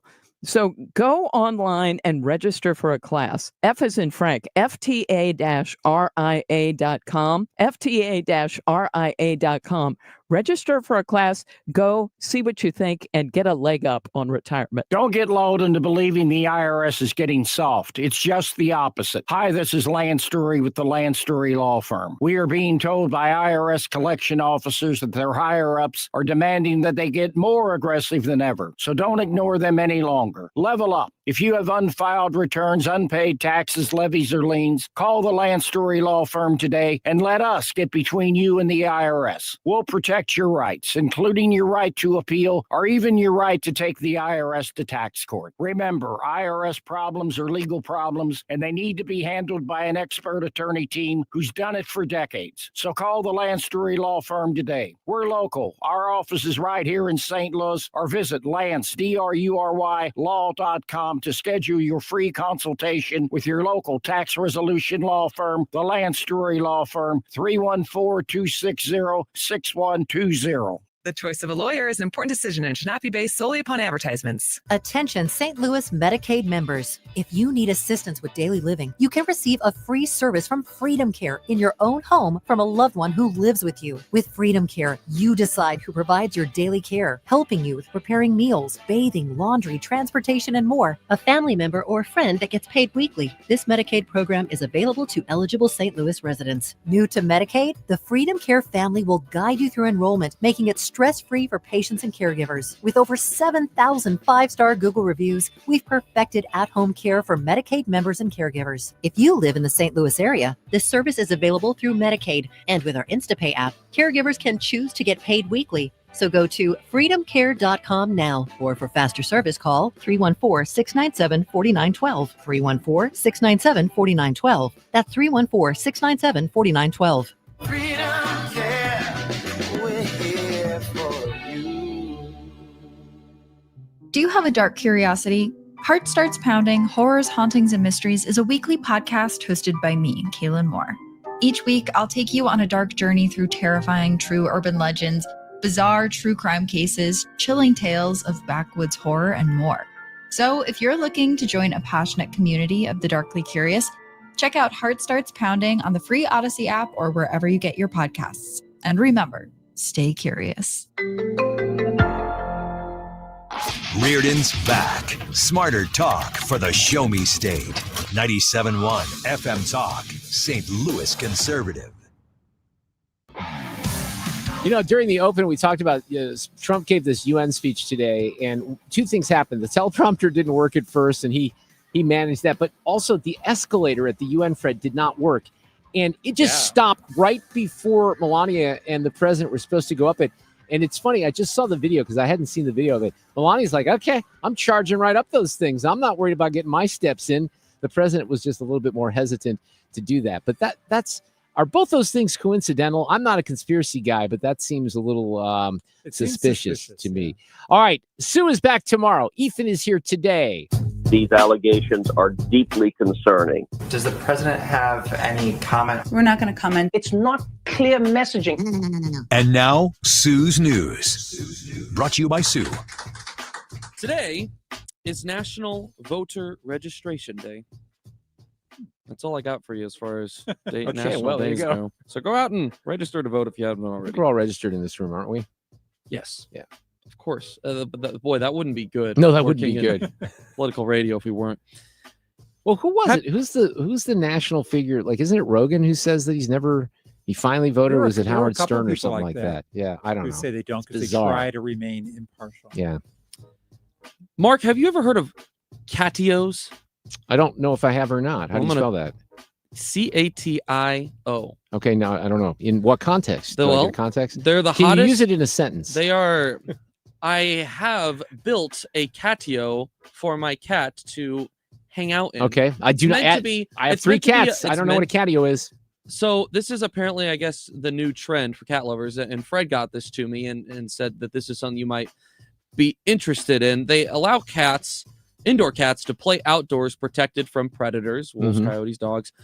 Some cat owners are apparently sparing no expense to build for their furry friends this place to play.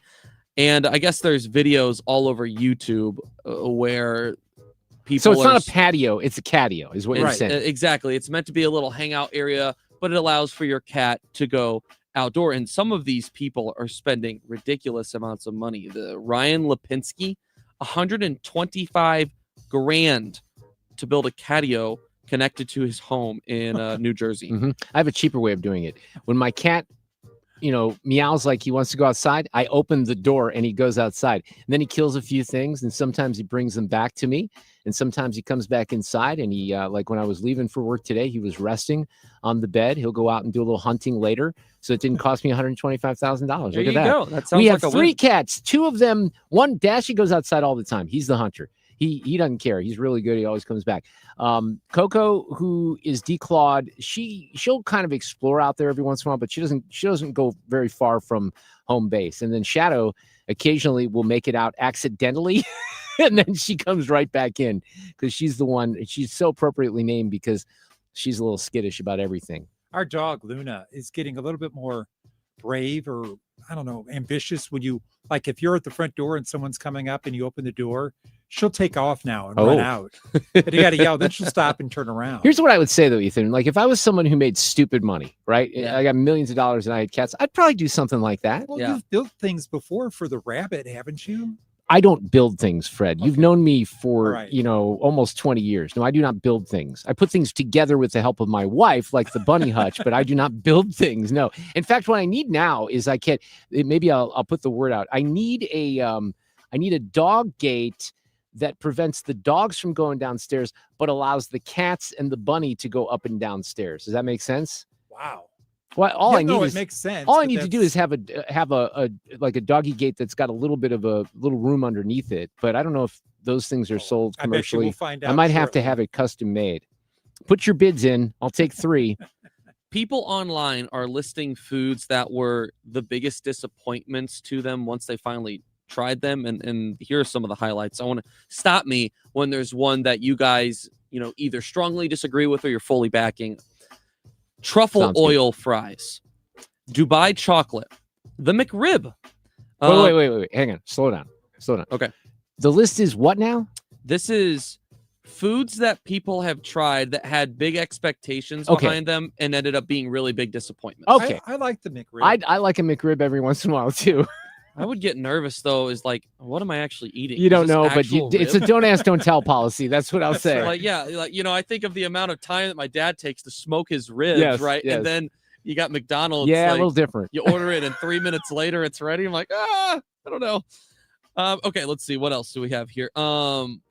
Turkish Delight, crumble cookies. I was a hardcore disagreeer on that one. Oh, really?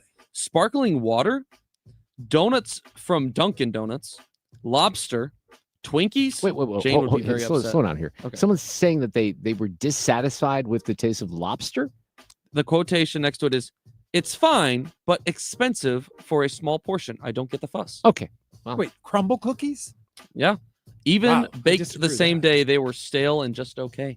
Like Crumble Cookies, the franchise? Yeah. Oh, well, that's a bad That's location they wrong. went to. Yeah. Right. Terrible. They're delicious. Melissa delivers them to us every once in a while, right? Yeah, That's we right. need to get her back in here.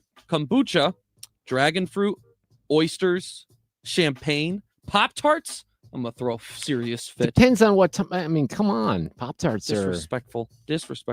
And then the last two, coconut water and Starbucks pumpkin spice latte. Never had the last one on the list because I'm not a You don't coffee do person. coffee. No, I don't do coffee. So I guess there was a couple of those. There were some of those I'm like, what? Oh, I think I love truffle fries personally. One big difference between now and 30 years ago is everyone has a phone on them pretty much all the time. Can we all agree on that? We Yes, can. Yes. In a random new poll, 57% of people say they carry their phone in their right pants pocket. 19% keep it in their left pocket. 12% carry it in a bag like a purse. And then 7% keep it in their back pocket. Where do you guys keep yours? I don't keep it in a pocket. No? No, I just keep it with me pretty much in my Yeah, hand. see that, Fred, I'm with Fred on this. Sometimes, like if I'm walking out of the building, and I'm thinking about this last night, and I have my little cooler, my man purse. I bring my poison Diet Cokes in, and I have my backpack and my iPads in there. I put the phone in my back pocket. Like if I don't have a place in my hand for it, I would put it in my back pocket. But I don't put it in my pocket very often. I'm pretty much holding it, or it's placed down in front of me. Does that make sense? Yeah, I fear breaking it. If sit I down even on fear losing it if it's in my pocket. I don't know. Mine's always in my left pocket, but I think that's because I'm a lefty. That just it naturally goes into that one. But here's the crazy part about this. I didn't share one final one. 5% claim that they carry it in their underwear. Some of them, it says, may have been fooling around, but in the comments, women note that they don't always have much of a choice. Women's clothing doesn't always get the same size pockets that men do. And they don't want to carry in a purse or around or inside the house. And so they either slip it inside of their waistband or in their bra. Crowd didn't like that. One of the reasons that, and this has happened, I haven't gone, fully dunked or anything like that, but I know my wife, who does like to store her phone in her back pocket. If you are, removing said back pocket because you're in the lavatory and the phone flies out of it, it goes right into the toilet. So that's a little risky. Yeah. Happy birthday to Anthony Mackie, who played the Falcon and the new Captain America in the Marvel in the MCU. Jason Alexander, George Costanza from Seinfeld is 66. Bruce Springsteen is 76 today. Yep. Ray Charles, it would have been his birthday. Of course, he passed away in 2004. On this day in history here, with a minute remaining here in Ethan's news. 383 years ago today in 1642, Harvard held its first commencement ceremony. Wow. 383 years ago. That was crazy. 179 years ago today in 1846, Neptune was discovered. In 1994, The Shawshank Redemption was released. Oh, great movie. In 2003, NCIS premiered. And 16 years ago in 2009, Modern Family premiered. And now it is time for the random fact of the day here on Ethan's News. You probably won't find orange chicken in China because it's not Chinese. It was invented by Panda Express in 1987. Orange chicken is a variation of General Tso's chicken, another dish that you won't find in China. They're both Americanized mutations of sweet and sour dishes that do exist in Not China. shocked. And I like General Tso's. I do not like orange chicken. So that's, love it. I kind of draw the line at that. Thank you, Ethan. Wrapping Ethan's news for Tuesday. I'm Chad Robinson with Your Money Now. Amazon plans to close all of its fresh supermarkets in the UK. The company announcing today that it's preparing to close all 19 of its fresh UK stores following a thorough evaluation of business operations. Amazon opened its first fresh location outside the US in London back in 2021. 5 of the fresh locations will reportedly be converted into Whole Foods stores.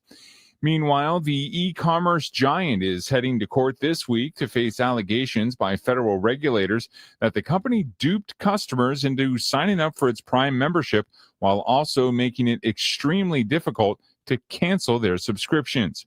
On Wall Street, stocks were lower, with the S&P 500 snapping its 3-day winning streak, the Dow falling 88, the S&P off by 36, and the Nasdaq tumbled 215.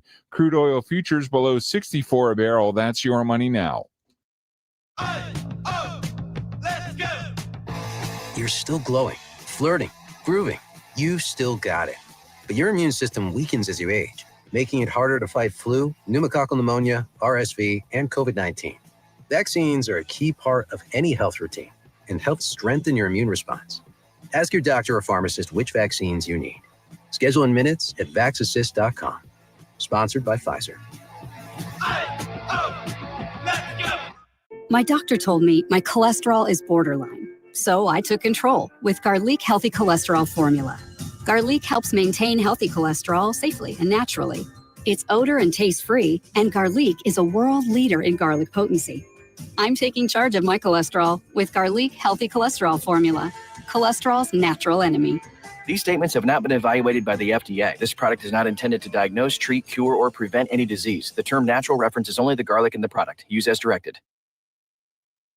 Hi, I'm Tom Connors. Went to Mark Patrick's hypnosis seminar February 6, 2019. Nothing worked before. Left there and never smoked again. Amazing. Easy, affordable, and guaranteed. A year later, with my wife, Michelle, attended Mark Patrick's weight loss seminar. She lost 18 pounds, and I lost 43 in 8 weeks. It's true. He smoked 2 packs a day, and nothing worked until Mark Patrick Hypnosis. Now we're losing weight together, eating healthy, full on half the food, crazy, enjoying exercising. Who would have believed Mark Patrick Hypnosis really works?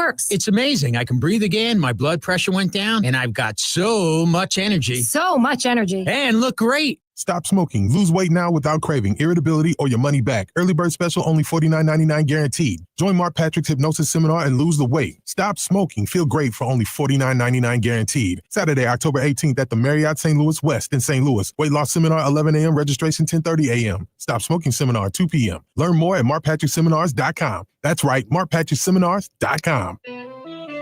If you're thinking about replacing your windows before winter hits, which is smart, don't keep making the same mistake. Stop replacing your failing vinyl windows on your home now with more vinyl. Lakeside Renovation and Design will install Infinity from Marvin fiberglass windows. They're built to last, they're energy efficient, plus they look stunning, and they're custom built for your home. Installed by Lakeside's expert team, and they're going to offer a lifetime workmanship warranty. If you're ready to upgrade your windows once and for all, you need to visit windowsbylakeside.com. Schedule your free consultation today. This is Justin Brown with Prince Financial Group. For over 6 decades, we've helped St. Louis families and businesses plan with purpose and live with confidence. As retirement approaches, one question matters most. How will you replace your paycheck? With decades of experience, we've helped retirees turn uncertainty into clarity through personalized income planning and steady guidance. Our proactive strategies are designed so you can enjoy the retirement you worked your lifetime for, with clarity, confidence, and peace of mind. Your goals, our mission. Start today at kfgadvisors.com. Securities offered through Raymond James Financial Services, member FINRA/SIPC. Prince Financial Group is not a broker-dealer. It's time for a $98 furnace tune-up. This portion of the show is sponsored by Jerry Kelly Heating and Air. From Hillsboro to Highland, 97.1 FM Talk, St. Louis Conservative. Bill O'Reilly, after 5 o'clock. Bill had a very interesting perspective on Jimmy Kimmel. He'll share that after the top of the hour. I've been one here in the last week that's been very concerned about the FCC angle. Apparently, Ted Cruz is the only person who agrees with me. And my next guest, I'll introduce him in a moment. But look, this has been an interesting day for censorship because the chair of the Government Oversight Committee, Jim Jordan from Ohio, acknowledged that Google is admitting censorship under the Biden administration and promises to end bans of YouTube accounts of thousands of Americans, many of whom I follow on Twitter, that they censored for political speech. The Biden administration pressured Google to censor Americans. They've admitted to this, to remove content that did not violate YouTube's policies, that the Biden administration's censorship pressure was unacceptable and wrong, that public debate should never come at the expense of relying on, quote, authorities. The company will never use third-party, quote, fact checkers. And Europe's censorship laws target American companies and threaten American speech, including the removal of lawful content. So all of those admissions before that Government Oversight Committee today, which is interesting. And it kind of ties in indirectly with Francis Menton, my next guest. He's an attorney who publishes pieces on the Manhattan Contrarian blog. And one of his pieces caught my attention on freedom of speech. Francis, welcome to 97.1 FM Talk in St. Louis. How are you? I'm excellent. Thank you for having me. I liked your opinion because I didn't see enough of these types of opinions out there, because my position, I think, is a little similar to yours, where I'm not a big, just personally not a big Jimmy Kimmel fan. He doesn't make me laugh. I think some of the things he says are just ridiculous. And, all that is true. And I see affiliates having every right to say, look, we don't want this content. But with Brendan Carr going on a podcast and making some threats, whether they were veiled or otherwise, I kind of have an issue with that. And I think you do as well. And I'm a little surprised that Ted Cruz seems to be maybe the only high profile voice that has made that point up until this position. Francis, any thoughts on that? Well, you've just called me not high profile. I apologize for that. I guess you put yourself in that same category too. I do. Yes, I do. But you know what I mean, right? I think we are extremely high profile.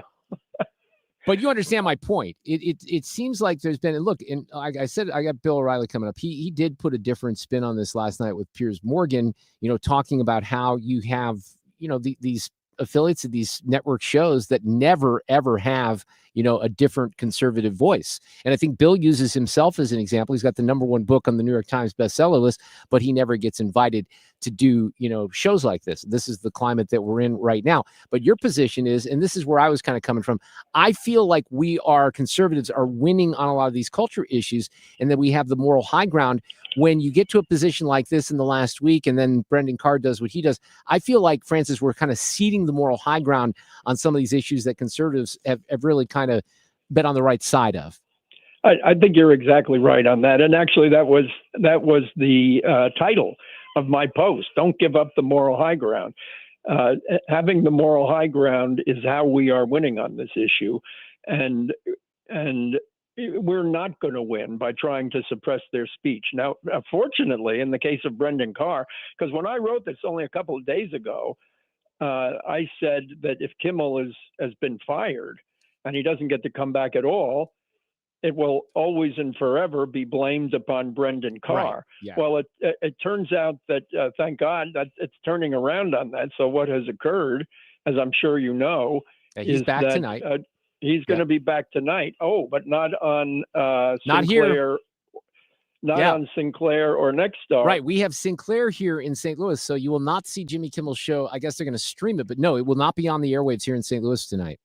And that's something like 30% of his stations. I don't know if it's 30% of the audience, but it's 30% of the stations. And now clearly at this point, because Disney is putting it back on, it can't really be blamed upon political pressure anymore. But that's only a fortuity for Brendan Carr. Right. He should have been more careful, in my humble opinion. I agree, but let's go to a week before that, because this is, I think, undercovered. And I threw the red flag on this right away as well with Pam Bondi, the Attorney General. And I think she's walked back some of this as well. But it seemed to be we had an Attorney General that was sort of going down a road that was very uncomfortable when it came to free speech as well. Yes. So she went on this podcast of somebody called Katie Miller and made a bunch of statements about if you engage in hate speech, we will target you and go after you. I think Pam Bondi was becoming confused. You know, there's been so much talk from the left about hate speech, let alone microaggressions, which isn't even hate speech. That it's entirely possible for people to get confused and think that hate speech is somehow illegal or prosecutable, but it's not. And by the way, it's excusable for you or me not to know that, but it's not really excusable for the Attorney General of the United States to get mixed up on that subject. That's a very important subject. Well, and that's why I was a little critical of her, because I thought that is not, no, that is not what I want to hear. And, you know, look, I've highlighted this. I don't know how much you've been involved in researching or noticing what's been happening across the pond in the UK, where people are literally being arrested, taken into custody for things they may have said on X or social media. That's outrageous. It's happened in New Zealand, in Australia. Yeah, I mean, I can't believe that that's happening in 2025. And we see, you know, examples of this. So I don't want to get anywhere close to that. And I'm a person who stands by, and even though I think it's revolting, and I certainly wouldn't ever approve or do it myself, but unfortunately, burning the American flag, for me, is a freedom of speech issue. If someone's trying to express, you know, their speech in that way. Now, if you start inciting violence and things along those lines, that's a different category. And then that's kind of where Pam Bondi kind of took this in the end too. She sort of shifted a little bit into focusing on what she would deem dangerous speech, not just hate speech, right? Yeah, she did. She put up a tweet, which I also quote in my blog post, where she said, hate speech that crosses the line into threats of violence is not protected speech under the First Amendment. You know, the funny thing is that may sound pretty good, but the Supreme Court's test is actually even more stringent than that. So the Supreme Court really limits it to imminent incitement to imminent violence. That's the Supreme Court test. So Pam Bondi came pretty close, but I think this is important for the Attorney General to really understand and get it right. But Francis Menton is my guest. But this is an important point, and I agree. And maybe we can do this now that Jimmy Kimmel is going to be back on the air. You suggested that this is a great opportunity to kind of look into exactly what the FCC does today and what they're responsible for, and how some of this might be outdated. Look, when I started in radio, 45 years ago, I had to have a little FCC license, and the fairness doctrine was still an issue in the 80s when I was first on the radio. So things have changed quite a bit, and this might be an opportune time to take a look at some of this stuff. Changed quite a bit is an understatement, I would say. I mean, the FCC was created in 1934. That's even before television, right? Yeah. And then it got in. It was just radio, and there was not that many radio stations even then. And then, of course, it got into TV in the 50s or late 40s, 50s, when there were just 3 networks and a handful of independent stations around the country. So it was very much an oligopoly, and the ability to use spectrum and to divide it up was much, much less than it is today. The technology has changed tremendously, let alone now we have cable that doesn't use spectrum, and we have other things that don't use spectrum. So all this business about the FCC is necessary to allocate spectrum and and to make sure it doesn't get, this scarce resource doesn't get abused is really really obsolete. Well, you asked the question. Look, and here I'll close this way. You asked the question in your piece: if the FCC were abolished, would anyone miss it? That is a rhetorical question, Francis, and I think you know that. No one would miss it. So maybe that's where we need to take this. What some use of is my the FCC? commenters point out that the FCC does some different things. And as an example, even though spectrum can be divided up into very small pieces today, so it's essentially close to infinite, but there can be interference. And the FCC, one of the things the FCC does is deal with the interference question. Does that make sense to you? I mean, well, as a radio person, your it station does. goes over the air. Yeah, I bet you in the middle of the night, somebody broadcasting out of Chicago might get on your frequency. Right, which is why, and so, just so people have an understanding of this. So this is not a good example here in St. Louis. KMOX, I worked on that station for, 16, 17 years, 50,000 watts all the time.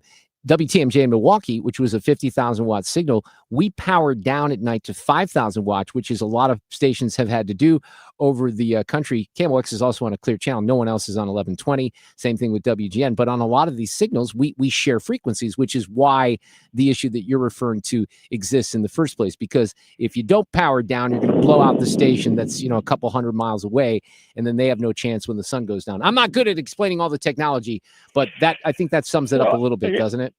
I'm not, yes, but so some of my commenters have said, there are a few things the FCC does that we would be hard pressed to do without. Now, I'm not even so sure about that, because I suspect strongly that without an FCC to moderate these things, the private owners of these stations could come to accommodation. I promise you they could.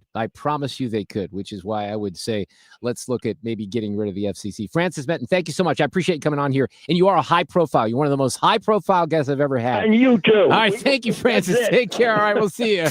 Traffic from the 97.1 FM Talk Traffic Center. All right, things are slow going if you're on 270 southbound Page down to Gravois, northbound side, Doherty Ferry, pretty much up to Olive, 170 southbound, Olive to 64, northbound from 64 to Olive and Natural Bridge to Airport Road, 70 eastbound, heavy over the bridge to 270. We had an earlier crash that's gone, but never really recovered. Westbound side slow from 367 spots out to 270, 64 eastbound from Lindbergh to Big Bend, slow go. Westbound side from Kings Highway to 270, 340 through Chesterfield. And this report is sponsored by Overhead Door Company of St. Louis. Your garage door is the largest piece of moving equipment in your home. When it needs help, call the experts at Overhead Door for same-day service at 314-781-5200 or schedule online at overheaddoorsstlouis.com. I'm Trent Erickson with traffic on 97.1 FM Talk. All right, let's talk about cryptocurrency and Bitcoin Ben, who I've gotten to know here over the course of this summer. And it's always one of those topics that when I'm presented with a story about Bitcoin, Fred could certainly vouch for this. We always kind of say, what in the world are we talking about? We just don't get it. Well, this is a great way to get it because Bitcoin Ben, and Ben's from here in St. Louis. He was a truck driver. He became very, very passionate and fascinated with cryptocurrency. He educated himself, and now he wants to educate you. I had a little bit of built-in advantage because I had dinner with Ben a couple of months ago, but he's bringing this Bitcoin Ben Crypto Club, the 7th nationwide, to right here in St. Louis. And it's a great opportunity to teach people what Bitcoin is, how to buy it, how to safely store it, how to avoid scams. There's going to be live classes, workspaces, events, and meetups, and all kinds of things. You'll learn how to take loans out for Bitcoin purchases. All interesting, all fascinating, all things you need to know into this next era that we're entering in. The Trump administration, very, very aware of crypto and its potential. So there's legislation that is working its way through Congress that deals with this as well. Bitcoin Ben. You can find out more at bitcoinben.io. Bitcoin Ben's new club coming here to St. Louis. Private Key Capital will tell you about all of that. Bitcoinben.io today. This report is sponsored by Overhead Door Company of St. Louis. Bold, unapologetic, unfiltered. The Mark Cox Morning Show is covering the issues that matter to you. From borders to school boards, Mark Cox is St. Louis conservative. Celebrate September with Zero Res and get 3 rooms of carpet cleaned starting at just $129 and take $75 off your air duct cleaning. Book online at ZeroResSTL.com. Take advantage of these huge savings. Spell it forward or backwards, it spells the same, Zero Res. Have you been notified that your subsidy for Obamacare health insurance is going away? Well, you can leave now while you're still healthy and qualify for much better individual plans. Greg Hammonds at GregHammonds.com has been helping people get affordable health insurance with great coverage for over 35 years. Greg offers private health insurance plans that are not on the ACA marketplace. You can pick your doctors. For most claims, you won't even pay a deductible, and they're 30 to 60% lower cost than Obamacare. One more thing, there's no tax penalty at the end of the year. Greg even has plans that are guaranteed acceptance. If you pay for your own health insurance, you're uninsured, you're on COBRA, or your employer coverage is just too expensive, call Greg at 314-794-7784. That's 314-794-7784. Or go to GregHammonds.com. That's GregHammonds.com. He can custom design a plan by you, not the government. It's summertime, and that heat can play havoc on your plants and trees in your yard. Mark Cox here from my friends at Hanson's Tree Service. Give them a call. They will send a certified arborist to your yard to set up a plant healthcare strategy. They can help you with trees that might have a bug problem or a disease. Plus, they can deliver mulch directly to your driveway in most cases. Just go online to hansonstree.com. or call them at 636-379-1830. When you're injured on the job, you need more than just a workers' comp lawyer. When you need a fighter, you need us. Morgan & Morgan, America's largest injury law firm. For the people. Visit forthepeople.com for an office near you. Protect your liver and give it the support it deserves by making Active Liver from New Nordic part of your daily wellness routine. Find Active Liver in stores at your local CVS, Meijer Grocery, or online at Amazon or at newnordicusa.com. You're listening to The Mark Reardon Show on 97.1 FM Talk, St. Louis Conservative.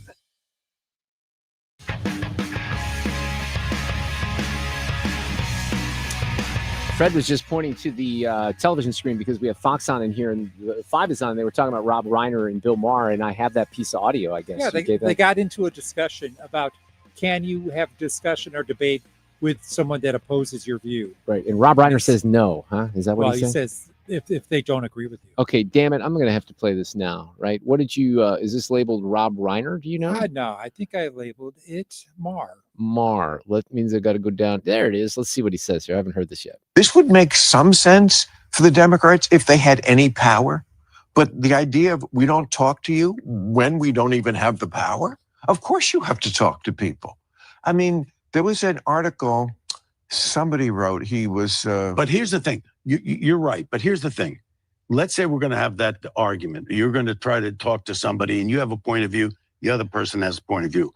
Before you have the exchange, you have to agree on certain facts. No, you don't. You can't. Once you start down that road. Well, no. But like these are, you just have to talk to people. No, you talk to people. But if somebody says 2 + 2 is 4 and the other guy says, no, it's not, how do you begin the discussion? Because Rob, that's a slippery slope. It is a very slippery slope because here's the thing. This is so condescending on the part of Rob. They think that they're right about all this stuff, like climate change and every issue. So they don't allow for a difference of opinion. That's so illustrative, I think. Just that soundbite right there, because it shows how narrow-minded Meathead really is. He doesn't care if you have a different opinion. His opinion's right.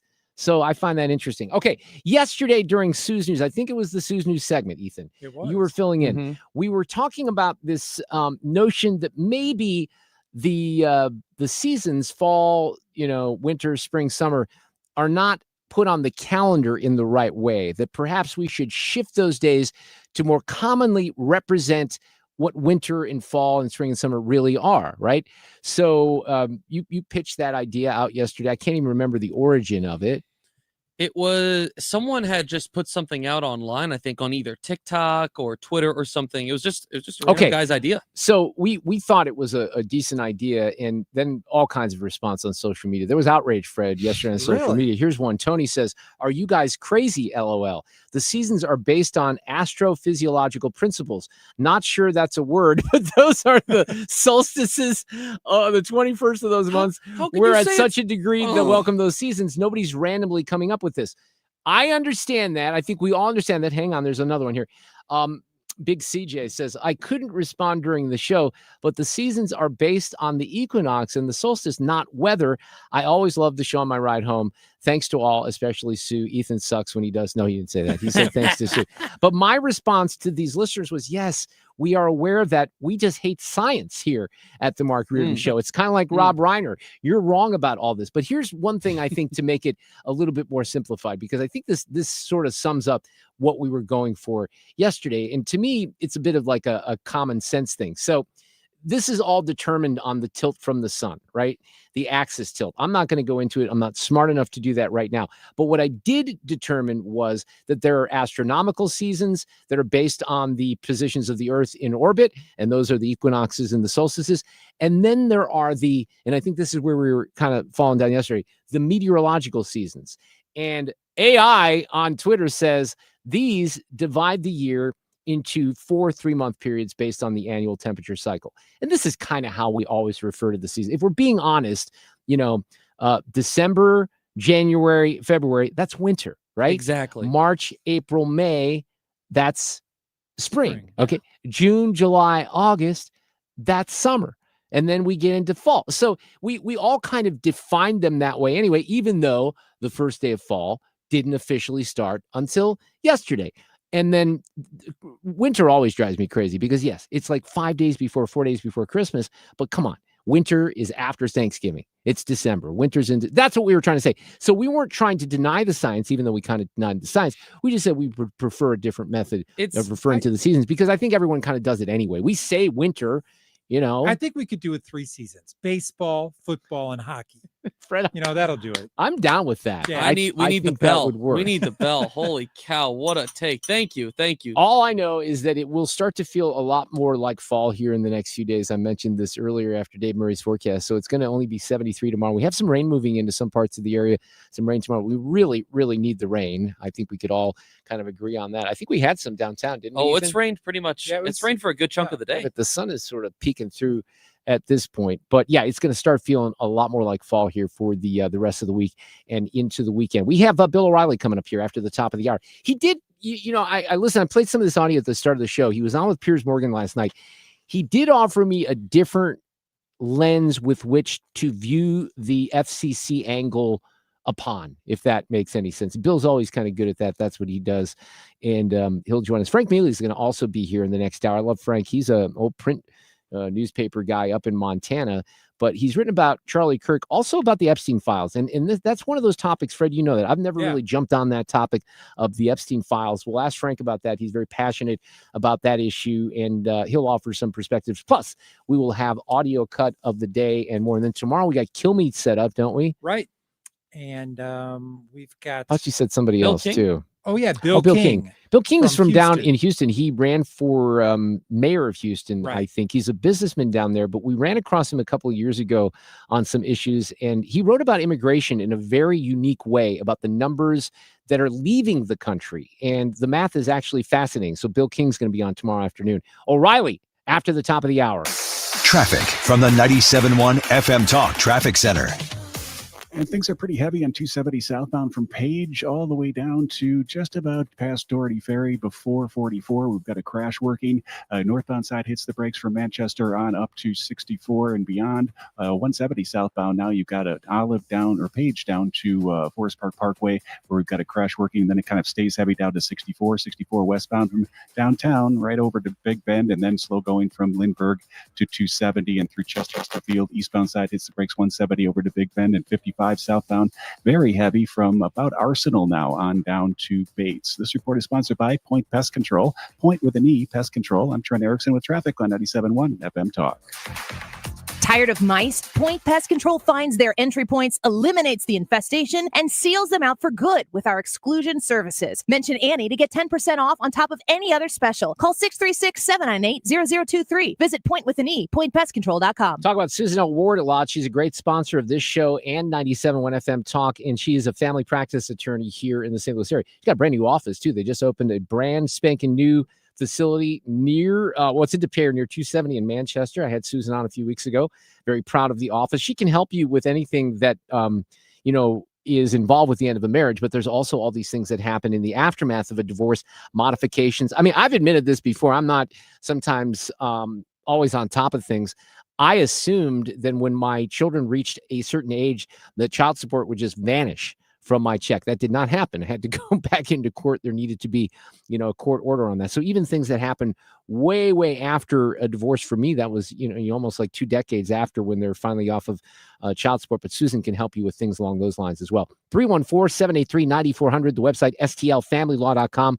The focus on family law, the emphasis on you. Do me a huge favor and tell them that we sent you over here from 97.1 FM Talk. We all hear the radio ads about the IRS. They tell you to be afraid, to be scared, and they try to frighten you into calling. I'm not here to do that. Tax Relief Advocates is different. TRA is here to tell you that if you owe money to the IRS, whether it's $5,000, $50,000, or $500,000, we have a solution. It doesn't matter if you're sitting in your car, at work, or with your kids. No matter where you are, call now. 800-575-6986. Don't lose hope. TRA can eliminate or reduce what you owe to the IRS. Generous programs are now available that can give you a fresh start. Our passion is taxes and helping individuals fix their IRS problems. We have over 1,000 5-star reviews on Google and an A+ with the Better Business Bureau. You don't need to be afraid of the IRS any longer. End your tax nightmare today by visiting us online at TRA.com or call 800-575-6986.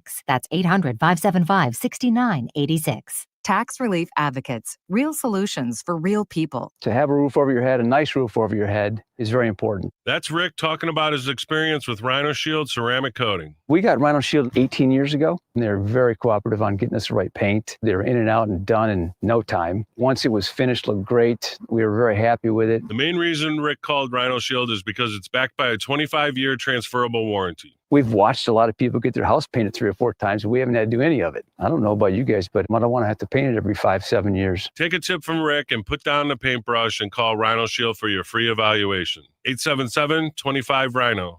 877-25-RHINO. Or visit 877-25rhino.com. We got Rhino Shield 18 years ago. Financially makes sense, especially if it's going to last like this did. Still looks great. Call now. 877-25-RHINO or 877-25rhino.com. Don't paint, don't Rhino. Go Rhino Shield. Never paint your house again. Rhino Shield. We will be in the no spin zone officially. Bill O'Reilly after Fox News coming up here at the top of the hour. KFTK FM Florissant from the Kaufman Townsley St. Louis's Injury Lawyers Studio. Call 314-500-5000. That's 314-500-5000. All on the free Odyssey app. This is a Fox News alert. I'm Tom Graham. President Trump reacting to the guilty verdict against the man who tried to assassinate him last year. President Trump declared not long after Ryan Ruth was found guilty for attempting to assassinate him on his Florida golf course. Justice was served. As he sat with Uzbekistan's leader at the UN, the president congratulated U.S. Attorney General Pam Bondi and U.S. attorneys in Florida for getting the conviction and said no one should be targeted politically or otherwise. You can't let things like that happen. Nothing to do with me, but a president or even a person. You can't allow that to happen. Ryan Ruth will be sentenced December 18th. He faces life in prison.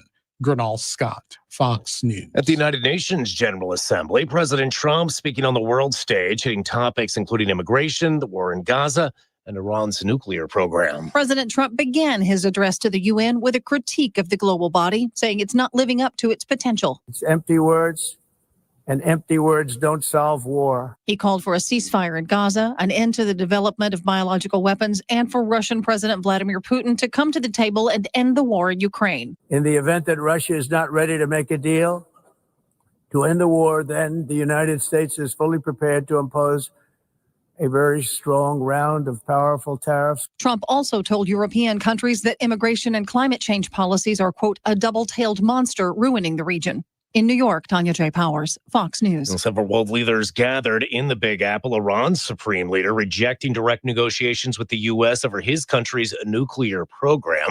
Ayatollah Khamenei's remarks airing on Iranian state TV and likely constrained any outreach from Iran's president, who is in New York for the UN General Assembly.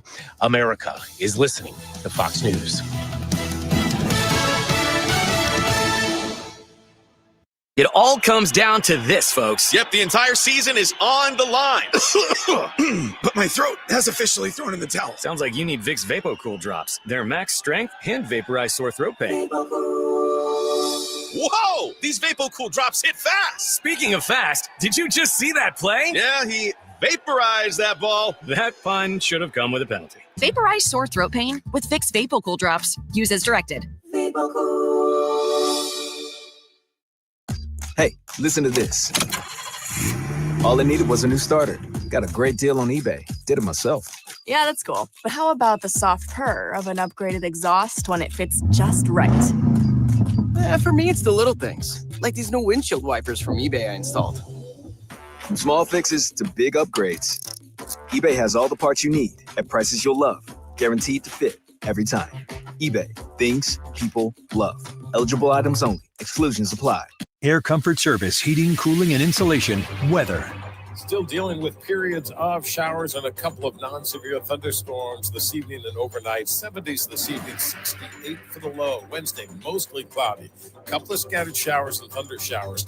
No all-day rain. In fact, not a lot of rain, but it will be an unsettled day again on Wednesday, 77. Wednesday night, mostly cloudy, 62. Thursday, partly sunny. This is 97.1 FM Talk. Chief Meteorologist Dave Murray. This hour of the Mark Reardon Show is sponsored by Gamma Tree Experts. Your trees deserve the best care. Call Gamma Tree Experts. This is the Mark Reardon Show on 97.1 FM Talk. We got Bill O'Reilly coming up here in just a couple of minutes. He's got a new book out called Confronting Evil. But let me play, it was a little bit of a miss in the last hour. I was talking about Bruce Pearl, legendary basketball coach. I knew Bruce when he was the coach at UW Milwaukee. He went to Tennessee, the Volunteers. He's also faced some NCAA scrutiny and gotten into some trouble over the years. But it was very abruptly announced today that he was stepping down as the head basketball coach at Auburn. And it's weird timing for me. He's only 65 years old. His son is going to take over the program.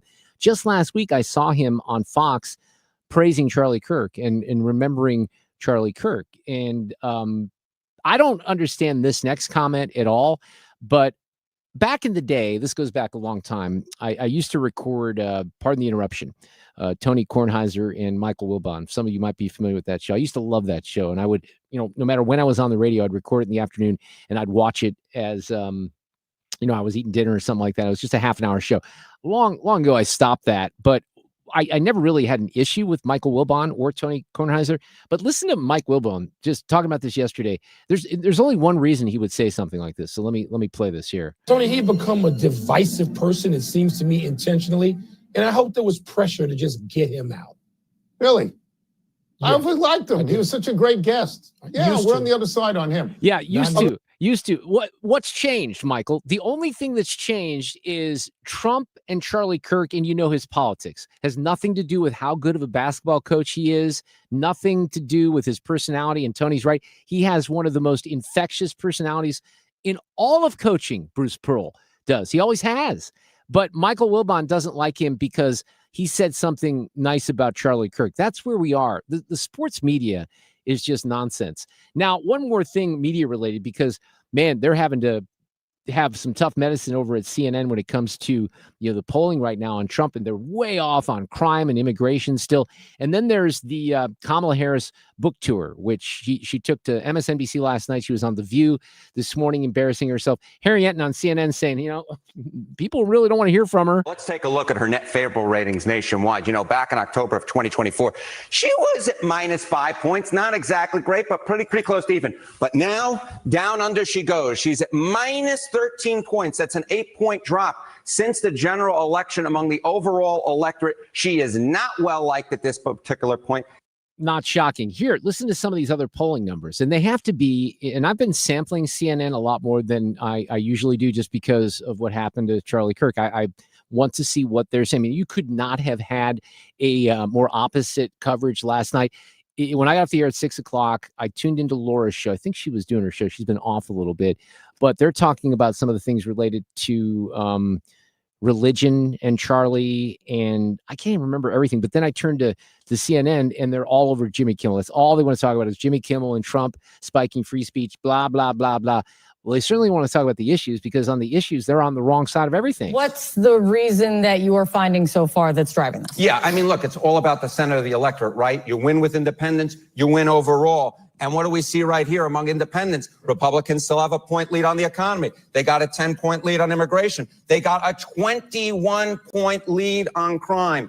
The bottom line is, when you look at these numbers, Democrats should call their offices, because at this particular point, even if Republicans, or even if the public doesn't like what Donald Trump is doing, they ain't necessarily liking what Democrats are doing. And it ain't just a referendum on one party. You actually have to go out and beat that party. At this particular point, Democrats are not able to beat Republicans. They still And again, this isn't as Donald Trump came into office. These are numbers from this month. These are numbers from September of 2025. We still find that the Republicans leading on all three of these issues. And of course, this economy will be the key. If Democrats are going to win, they're going to have to likely win on the economy. At this particular point among independents, you see that 1-point lead for Republicans. And overall, at least according to the Washington Post, they hold a 7-point lead on the economy. 21 points on crime, 21 points. And that, again, I think Kate Bolden, I think that was the anchor there, kind of amazed. Yeah, you're telling me, Harry, that these are numbers from like this moment in time and not from last year. And yeah, they are numbers from this moment in time. And I think on the economy, those numbers will improve too. Look, I think they probably should have remarketed the big, beautiful bill before they focused on the tax cuts, but they're learning that right now. Frank Miele coming up at the bottom of the hour. I'm reversing my clock here. He's going to weigh in on some of the politics of the day. Bill O'Reilly's got a brand new book out called Confronting Evil, Assessing the Worst of the Worst. He's always nice enough to join me whenever there's a new book out to talk a little politics and some other stuff. Bill, how are you this afternoon? Thanks for having me in, Mark. I'm fine. How about yourself? I'm doing okay. I want to explore the Jimmy Kimmel topic with you, Bill. I have been one who has agreed with Ted Cruz about the FCC getting involved here. I don't like that. However, Bill O'Reilly, and you have the way of doing this. I saw you on earlier in the show. I played a little bit of the audio when you were on with Piers Morgan, and I thought you made some pretty damn good points about community standards and how these stations are licensed and how, there are other, issues at play here. So make that case, because I'm uncomfortable with the part of Brendan Carr getting involved. That's the only red flag that I throw on the whole thing. I don't really like Jimmy Kimmel. I hope he never comes back. He's going to come back tonight. Bill O'Reilly's position on this. I don't mind if Kimmel comes back or not. I don't think people should be banished or canceled. I don't believe in that at all. Carr has an obligation to police the airwaves of just 3 companies, ABC, NBC, and CBS. And that's because of the public interest component in their licenses. So these stations have to broadcast in the public interest. The problem that Carr has not articulated is, ever since Donald Trump entered the political arena, all 3 of those stations have blacked out any non-liberal voice. For 3 years, Kimmel would not book a conservative or traditional thinker on his program, and all the others are exactly the same. And I know that because I have the best-selling book in the country right now, Confronting Evil. Yeah. Number 1 on the New York Times list, 20th time that's happened. And I have not been invited on any of the network programming at all. None. So that's a complete blackout. And not just me. Mark Levin, he's a very successful writer. He doesn't get invited. Fox News personnel don't get invited. It is a big violation of freedom of expression. That's what the federal government should be highlighting, not Jimmy Kimmel.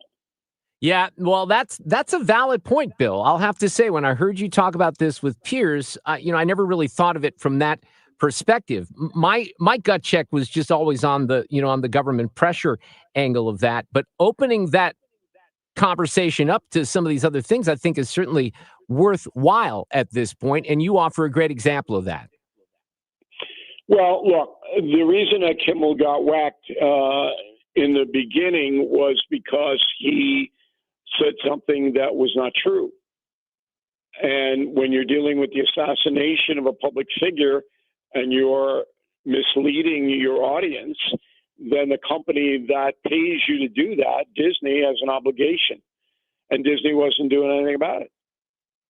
Well, now that's not in the public interest, is it? Yeah. So Carr was on firm ground. It came across petty because he didn't widen it out as I just did to your audience, Mark. He should have done that. And but this isn't about Jimmy Kimmel. This is about the corporations, 5 of them, who have frozen out any non-liberal speech. And now you have, obviously the show's coming back tonight, but you got Nexstar in Sinclair. We have a Sinclair station here in St. Louis. People won't be able to see it. I guess maybe you can stream it somewhere. I was predicting yesterday you'd have huge numbers out of this. Obviously, people are going to be curious, but those ratings might not manifest themselves because a lot of the stations are not going to have Jimmy Kimmel on the air. Have you ever been on his show in the past? 5 times. Okay, but and not I have a recently. Really decent relationship with him. Yeah. In fact, one of his best friends is Adam Carolla. And I talked to Carolla about a year ago. I said, I think Kimmel's going down a wrong road here with all his fake Trump stuff. Can you set up a call? Because I just want to do Kimmel a favor and say, look, it's fine when you make fun of him, but if you want to hate him, that's going to cause you some problems. Anyway, Kimmel wouldn't get on the phone with me. But in previous years, I have a very good relationship with him. But he has descended into the hate Trump swamp along with a lot of other broadcasters. Yeah, well, it's not funny. I used to depend on these late night shows for entertainment. I like to used to watch the musical guests, and I would record all of them. For me, it's not worth it at all anymore, unfortunately. Let's talk about a few other things before we get to the book. Last week, I think it was last week, might have been the week before, you said on No Spin that you felt like the Trump administration has hit a wall to a certain extent. Do you think that the president has tried to do too much too early? Sean Spicer actually made this point to me a couple of weeks ago saying, how can you keep up the momentum in all of these things? So where are you on that right now, Bill? Well, we're waiting to see if his tariff policy is going to benefit the economy. And that's going to take a few more months to illuminate. So that's number one. So you can't come to the American people and say, oh, my economic plan is a success because he didn't have the data yet. And if it's not a success, there's going to be problems for Republicans in 2026 midterms. The other thing is he thought that Putin would cooperate. Putin's not cooperating. So now he has to go to Plan B, and Plan B involves China, and it's very complicated, and it's going to take a while. So all of these things are in motion, but there's no resolution. So that's where the president is right now. He was able to shut down that border fairly quickly, get the ICE situation in motion where Americans could see the improvement. They could see what the Homeland Security Department is doing. That worked for him. He was able to kind of drive down gas prices a bit. So that worked for him. But now on the food prices and the tariffs and the overseas stuff, he's in a holding pattern. Yeah, and that meeting with Putin was a month ago already, right? And nothing since. No, Putin is, and he is on the cover of Confronting Evil. Putin, Mao, Hitler, and the Ayatollah Khomeini. And I put Putin on the cover for a reason. He is a threat to the world. He is an evil killer. And once you find out about his deterioration, he's not the same guy that Trump was dealing with in the first term. Putin is now a genuine psychopath who lives in this crazy world, but he has nuclear weapons. So how scary is this? And that's really what's propelling the sales of Confronting Evil, because you're going to learn an awful lot about how bad this world is and what people can do about it. Yeah, and it is number one right now, combined print and ebook nonfiction on the New York Times bestseller list. They always are, Bill. So congratulations on that. Look, you could, in the last couple of weeks, have updated this book, Confronting Evil. I think I was supposed to talk to you on the day of the Charlie Kirk assassination. We had to reschedule. You have the awful story with the woman in North Carolina, Irina Zaruska. She has not been mentioned much in the last couple of weeks, but there's a lot of evil that seems to be apparent in the world beyond the four that you feature here in this book. Yeah, that's individual evil. There's a difference. I'm dealing with evil that is on a mass scale. That's threatening and has resulted in hundreds of millions of people losing their lives. But individual evil is certainly on display in America. And one of the themes of the book is you can't look away. If it's in your town, sometimes even in your home. And a lot of people just are tied up with the cell phone. They create a bubble world where they live in this world. They don't want to get out of it. I don't want to get involved. You can't do that anymore. It's just too much. You got to really understand what's happening around you. And if you can, try to fight against evil. You don't want to put yourself at risk. Nobody's saying that people on the south side of Chicago or even in North St. Louis should be screaming at the drug gangs because they'll put a bullet right between your eye. So you got to be smart about it. But you can't be voting for people who allow this stuff to happen. So that all of that is woven into Confronting Evil. Bill O'Reilly is back with us. Yeah, the new book is called Confronting Evil, Assessing the Worst of the Worst. Adolf Hitler is the first picture you see with Putin and Mao and the Ayatollah. And, here you have a situation, let me bring it back to Charlie Kirk and everything, with the way that Republicans continuously, by AOC and other leaders in the Democrat Party, compared to Nazis. And that's where I think a lot of this goes off the rails with just regular deplorables, as Hillary Clinton called them, because we're sick and tired of being called Nazis when you compare someone who is the worst of the worst, as you do in this book, to people who are politicians who may have different opinions on issues. It's just outrageous and intellectually dishonest. Yeah, but those people are marginalizing themselves. Tonight on the No Spin News, which you can access on BillO'Reilly.com, I deal with this Crockett, this congresswoman from Texas. Well, she's from here, Bill. She's from here originally. She's St. Louis. So we have. Missouri, right? Yeah. Go ahead. Sorry. She's a big Hitler, that thing. And I just take her apart because she doesn't have any idea what the Third Reich was or how they handled criticism or nothing. It's not even close. And you can imagine, Mark, if I debated her one-on-one. You'd shred her. Come on. Yeah, you'd shred her, Bill. Right. We know that. But it wouldn't even, she'd be putting after 2 minutes. Yeah. But, and it's not that I'm so great, it's that she's so ill-informed. And this radical left stuff, it's really hurting the Democratic Party across the board. It certainly is, and it gives me a lot of material on a radio show, as you might imagine. I have to ask you about Billy Joel. I still have not watched the second damn part of that documentary. I love the first part. I'm trying to carve out some time to watch the second part. But I read your column about him a few weeks ago. You've known him for a long time, right? Yeah, I've known him, let's see, he and I are the same age, and I would say I've known him more than 50 years. As teenagers, we hung around on Long Island, because there was no air conditioning back then. Yeah, and all right. the kids were out till midnight trying to get a cool breeze. And we used to sing a cappella and stuff like that. And so I've known him. And he's hanging tough. He just bought a new house close to me here on Long Island. And we wish him the best. He's a genuinely good guy, super talented. The documentary, I didn't have to really watch it. I knew it already. Yeah, but all of us didn't. And I thought it was really cool. I know. It's really... I'm glad that he's getting the accolades that he deserves. He hasn't had an easy life. No father in the house, that kind of thing.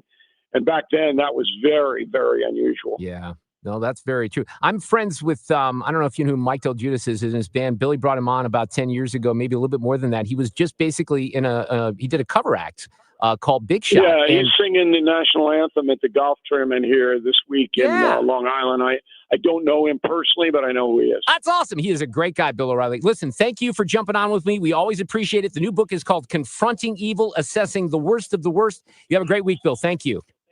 Thank you, Mark. Yeah, he kind of broke a little news to me about Mike DelGiudice. I did not know that. We are going to get a Ryder Cup preview on Thursday on this very show. I got some more thoughts about the Nazi stuff. I have some audio. Ryan Ruth was convicted today of trying to assassinate President Trump. All that coming up. Traffic from the 97.1 FM Talk Traffic Center. It's a slow go on 270 southbound from Page down to Gravois. Northbound side, Doherty Ferry, roughly up to Olive. 170 southbound starts at Olive, gets heavy down to 64, and 64 headed eastbound. You're slow going from Lindbergh over to Big Bend. Westbound side from Kings Highway to 270, 343 to the Chesterfield area. 44 westbound from Grand to Hampton, slow going, and then Lindbergh to 270 at southbound 55. Personal down the Bates through the work zone. This report is sponsored by Bates and Door. Baron Mirror Glass and Door, simply the finest when it comes to mirror, glass, and shower doors. You can't find better quality, prices, or service than at Baron Mirror and Glass and Door. They've got basics all the way up to the elite. Baron Mirror Glass and Door can't be beat. I'm Trent Erickson with traffic on 97.1 FM Talk. I ran into Thomas Helbig today in the hallway here at 97.1 FM Talk. He's going to come back tomorrow for my show. He was popping in on Annie today. And one of the questions that Thomas is asking people like you these days is, okay, the markets are hitting all-time highs, right? It's been a good run here the past couple of months on Wall Street. Would you like to learn how to automatically lock in your gains without having to sell? Do you have your own personalized structured income plan set up? They're going to do that for you for free if you show up to this event on Thursday night next week, October 2nd at the Plaza Frontenac Hilton. We do 5 protecting your retirement educational events a year. This, believe it or not, is the final one. So we're at event number 5, which is really kind of difficult to believe. Next Thursday, they're free events, pretty quick, easy in and out. We get started at 6:30. I told Thomas today, I said, we'll probably try to get people out of there by the second quarter of the football game, right? Because he wraps things up within about an hour from when he starts. So we hand it over. He'll get started around 6:40 or so. So it's not a long time commitment, and it's free. We just need to know that you're coming. Next Thursday, Plaza Frontenac Hilton, retirementkey.com. Click on the button, register, and we'll see you next Thursday. Your biggest choice in home restoration is, who do you trust with your home, your most valued asset? Few can match Banner Construction's experience and dedication to excellence. Banner is an elite preferred James Hardy contractor and Pella Window specialist. Restoration is a one-time opportunity to have Banner's design team show you architectural options to make your home the neighborhood showcase. Call for a free consultation, 314-569-1050. Now hiring qualified carpenters. I hear from sellers all the time that they fear they have missed out on the selling market. They are so relieved to learn September, October, and November are strong selling months. With low inventory and hopefully lower interest rates, this fall will be a hot one for real estate. I'm Christina Straight, owner of Straight Realty. You may have heard me say, why pay more than 4 for years? Now it's why pay more than 2, saving you even more money. Call me 314-441-4444. And remember, why pay more than 2? Straight Realty is a licensed broker in the state of Missouri, Kansas, and Nevada. Guys, it's time to take charge of your health with my friends at Victory Men's Health. Mark Cox here. I already love what they do at Victory. They do hormone optimization, sexual health, weight loss, even vitamin deficiencies. Now they're offering specialty cardiovascular testing and even early detection cancer screening. Visit them at one of their 4 great locations, now in Sunset Hills, Town and Country, O'Fallon, Missouri, and O'Fallon, Illinois. Tell them Mark Cox sent you. Go to victorymenshealth.com. Celebrate September with zero res and get 3 rooms of carpet cleaned starting at just $129 and take $75 off your air duct cleaning. Book online at zeroresstl.com. Take advantage of these huge savings. Spell it forward or backwards, it spells the same, zero res. Join Mark Patrick seminars and lose the weight or stop smoking guaranteed. That's right, weight loss seminar at the Marriott St. Louis West in St. Louis at 11 a.m. Registration 10:30 a.m. Stop smoking seminar 2 p.m. Registration 1:30 p.m. He's not here to play nice. He's here to make you think. Mark Reardon on 97.1 FM Talk. So a couple of notes here on the censorship front that I think are very important. While I remain very uncomfortable with Brendan Carr and his comments last week about Jimmy Kimmel, of course, Jimmy's going to be back tonight on his show. He will not be airing it here in St. Louis. Sinclair and Nexstar, the 2 big broadcast companies that threw the red flag originally last week after his Monday night monologue, are not airing the show. So people will stream it. I don't know how much that means for the audience because it's like 30 markets or something along those lines. But something else happened today that I guarantee you will get no attention on Jimmy Kimmel's show or on CNN or any of the traditional legacy outlets. And this is a pretty big deal because just hours after Joe Scarborough and others went on this morning saying, oh my God, watch out conservatives. What would happen if a Democrat went after your speech? Google admitted censorship under the Biden administration and promised to end bans of YouTube accounts of thousands of Americans, many of whom I follow on X and Twitter, and had their accounts stripped many years ago. So Jim Jordan, who is the Republican chair of the House Oversight Committee, said that Google commits to offer all creators previously kicked off YouTube due to political speech violations on topics such as COVID-19 and elections an opportunity to return to the platform. They also admitted the following. Number one, the Biden administration pressured Google to censor Americans and remove content that did not violate YouTube's policies. That's kind of bad, isn't it? Remember Andrew Bailey kind of got involved in a lot of this when he was Missouri Attorney General. Number two, the Biden administration's censorship pressure was, quote, unacceptable and wrong, Google admitted. Number three, public debate should never come at the expense of relying, quote, authorities, unquote. I don't like the experts, the authorities, the people that think that they know better than everyone else, when in fact they don't. And we saw a lot of that during COVID. Number four, the company will never use third-party, quote, fact checkers, unquote.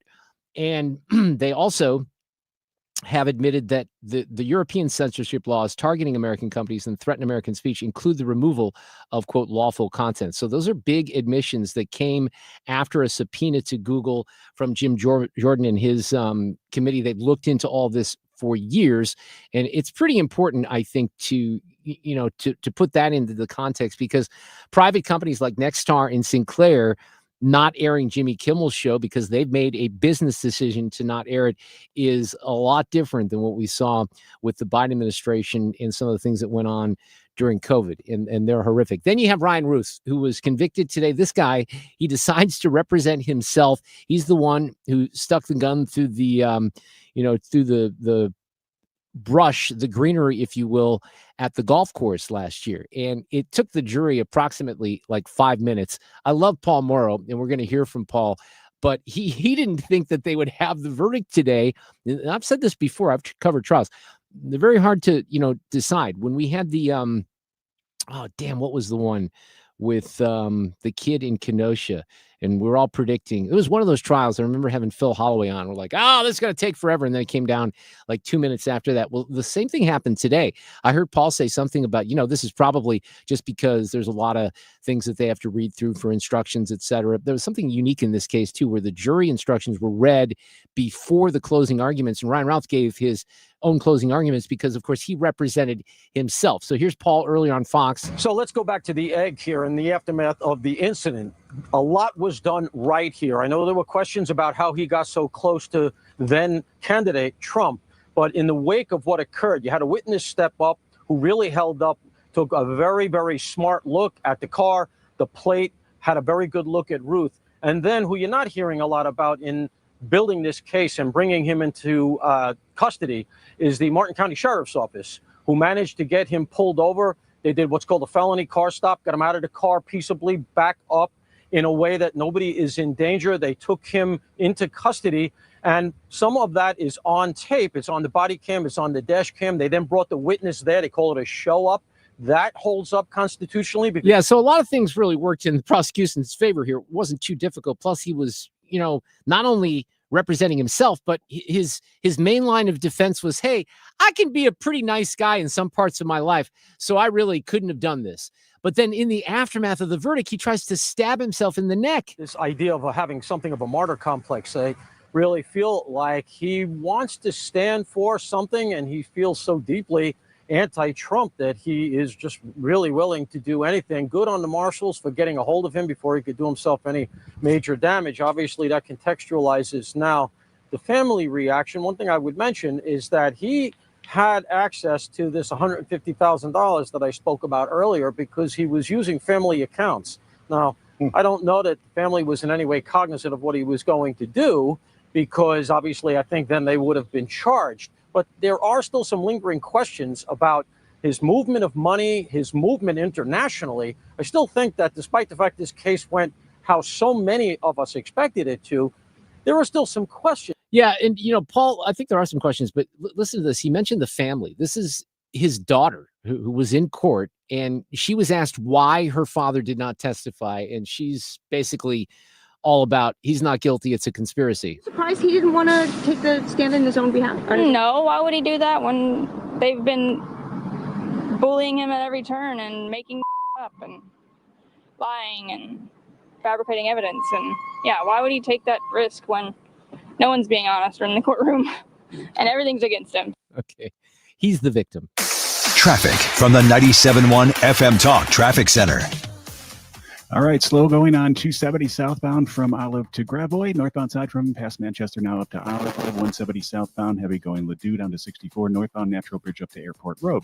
On 70 westbound, slow Kings Highway to Lucas Hunt. Eastbound side Florissant to Lucas Hunt. You've got 64 eastbound, slow going 170 to Big Bend. And westbound side from Kings Highway to Big Bend. 55 southbound, jammed up from Broadway to Bates through the work zone. I'm Trent Erickson, 1 FM Talk.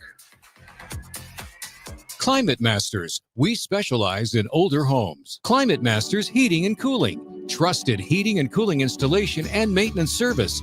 Keeping the St. Louis Metro comfortable since 1978. Call us today at 314-968-8383. Climate Masters. Are you nearing retirement and don't know if you have enough money saved to retire? That is scary. Do you have a written retirement financial plan in place? Well, when it comes to retirement planning, the trusted team at Financial and Tax Architects are the best. They've helped people all over St. Louis retire with confidence. And that's what you want. You want to retire with confidence. Now, they offer a one-night, 2.5-hour adult education class called Retirement Planning 101. They hold these at colleges over the St. Louis area and in Illinois. No cost, no obligation, just learning. And at this class, you learn how to avoid costly mistakes, how to maximize your income, how to reduce taxes in retirement. So call them today, 314-888-5101, or visit fta-ria.com and take the first step toward a smarter retirement. 314-888-5101. Don't get lulled into believing the IRS is getting soft. It's just the opposite. Hi, this is Lance Story with the Lance Story Law Firm. We are being told by IRS collection officers that their higher-ups are demanding that they get more aggressive than ever. So don't ignore them any longer. Level up. If you have unfiled returns, unpaid taxes, levies, or liens, call the Lance Story Law Firm today and let us get between you and the IRS. We'll protect your rights, including your right to appeal or even your right to take the IRS to tax court. Remember, IRS problems are legal problems, and they need to be handled by an expert attorney team who's done it for decades. So call the Lance Story Law Firm today. We're local. Our office is right here in St. Louis, or visit Lance, DRURY, law.com to schedule your free consultation with your local tax resolution law firm, the Lance Story Law Firm, 314-260-6120. The choice of a lawyer is an important decision and should not be based solely upon advertisements. When it comes to affordable term life insurance, everyone's whistling the Big Lou tune. If you're over 50, maybe a bit porky, or have type 2 diabetes, $1 million of term insurance may only cost about $200 a month. Even if you're not in perfect health, call Big Lou, because he specializes in finding big chunks of affordable term life insurance for just about everyone. Don't let diabetes or other health glitches keep you from owning $500,000 to $1 million or more of term life insurance. For affordable term life insurance, call Big Lou. Don't hesitate. Call 800-700-6898, 800-700-6898, or visit biglou.com. Call Big Lou, don't hesitate, 800-700-6898. Call Big Lou, don't hesitate, 800-700-6898. Visit biglou.com. It's time for a $98 furnace tune-up. 5:35. This portion of the show is sponsored by Jerry Kelly Heating and Air. Fox News National, St. Louis Local, 97.1 FM Talk. I know this got a lot of attention yesterday in a lot of the media. I don't think I ever aired this soundbite from Erica Kirk at the memorial on Sunday. I forgive him.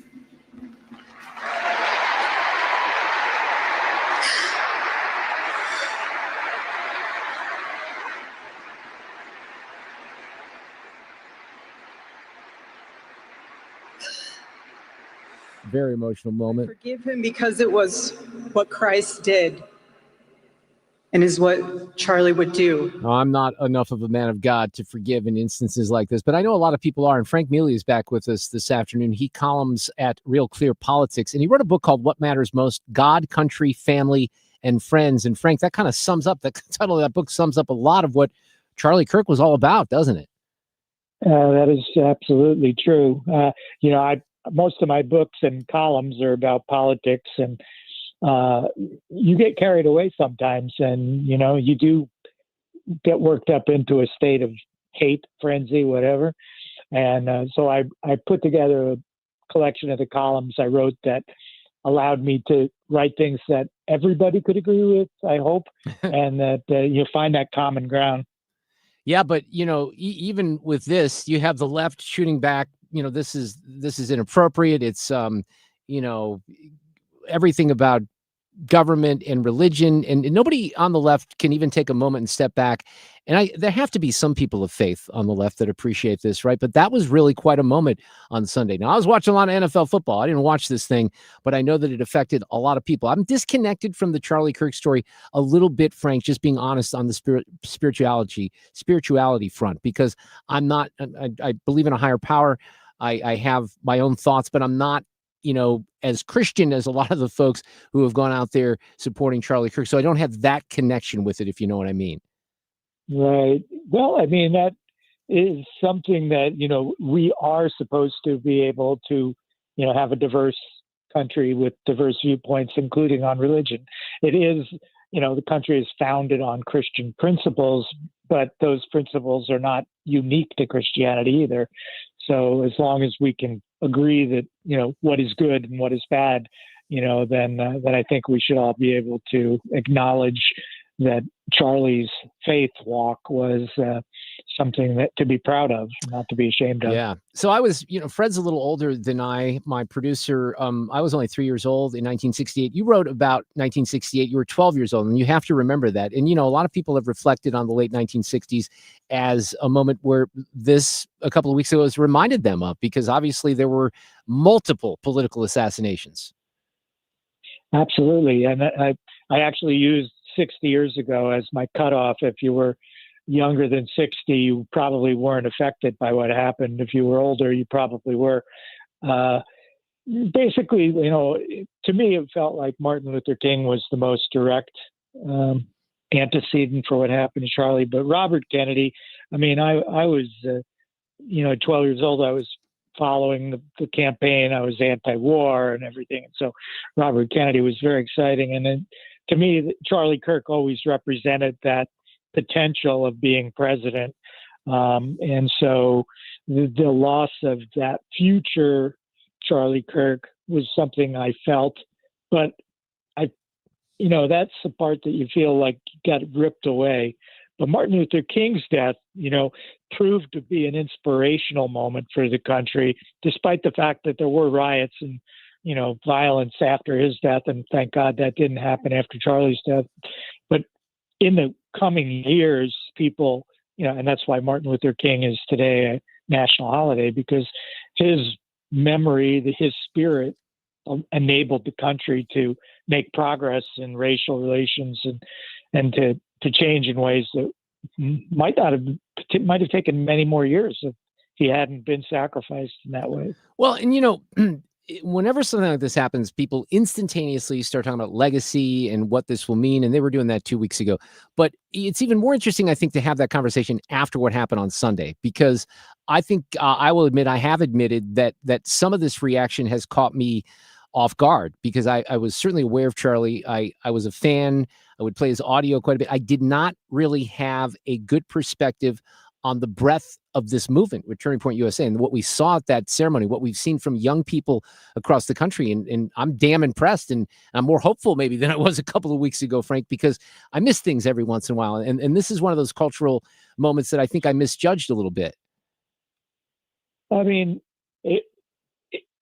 probably a lot of people never even heard of Charlie Kirk. You and I would know him because we're political animals. But yeah, a lot of people have never heard of him. So this really does spread his, and when you watch clips of him, he's really impressive. So it's going to be interesting, certainly, to see what's going to happen. They're continuing the the campus tour now, and they've changed the name from the American Comeback Tour to This Is the Turning Point Tour, and, making the point that his assassination is a chance for the country to take a new direction.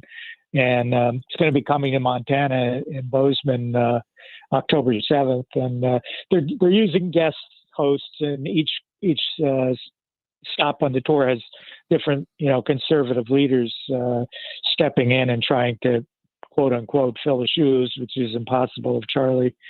So yeah, we'll see what happens. There's so many things that are, in play, and Erica Kirk was a great choice. I hoped, after I heard her first speech, when 2 days after Charlie died, when I heard her speak from his studio, I was so moved. I was like, well, this is the only person who she's fantastic. can carry that alive. And I didn't realize how successful she was even on her own. I've learned a lot about Erica here in the past few days as well. Frank Miele is with us from Montana. I know that you probably had to be, and I apologize for this, broken away from reading Kamala's new book on her run for the presidency. But let me ask you about a couple of things related to Trump here. And I know that you've written about the Epstein files. I want your perspective on this, Frank. Look, I have never been obsessed with this. I'm not trying to minimize the damage that was done to young women, and if there were horrible things that happened, and in some cases I think there were, but I have been a little confused with the obsession on some parts on the Epstein files. Now, you have your opinion. I want you to explain it here,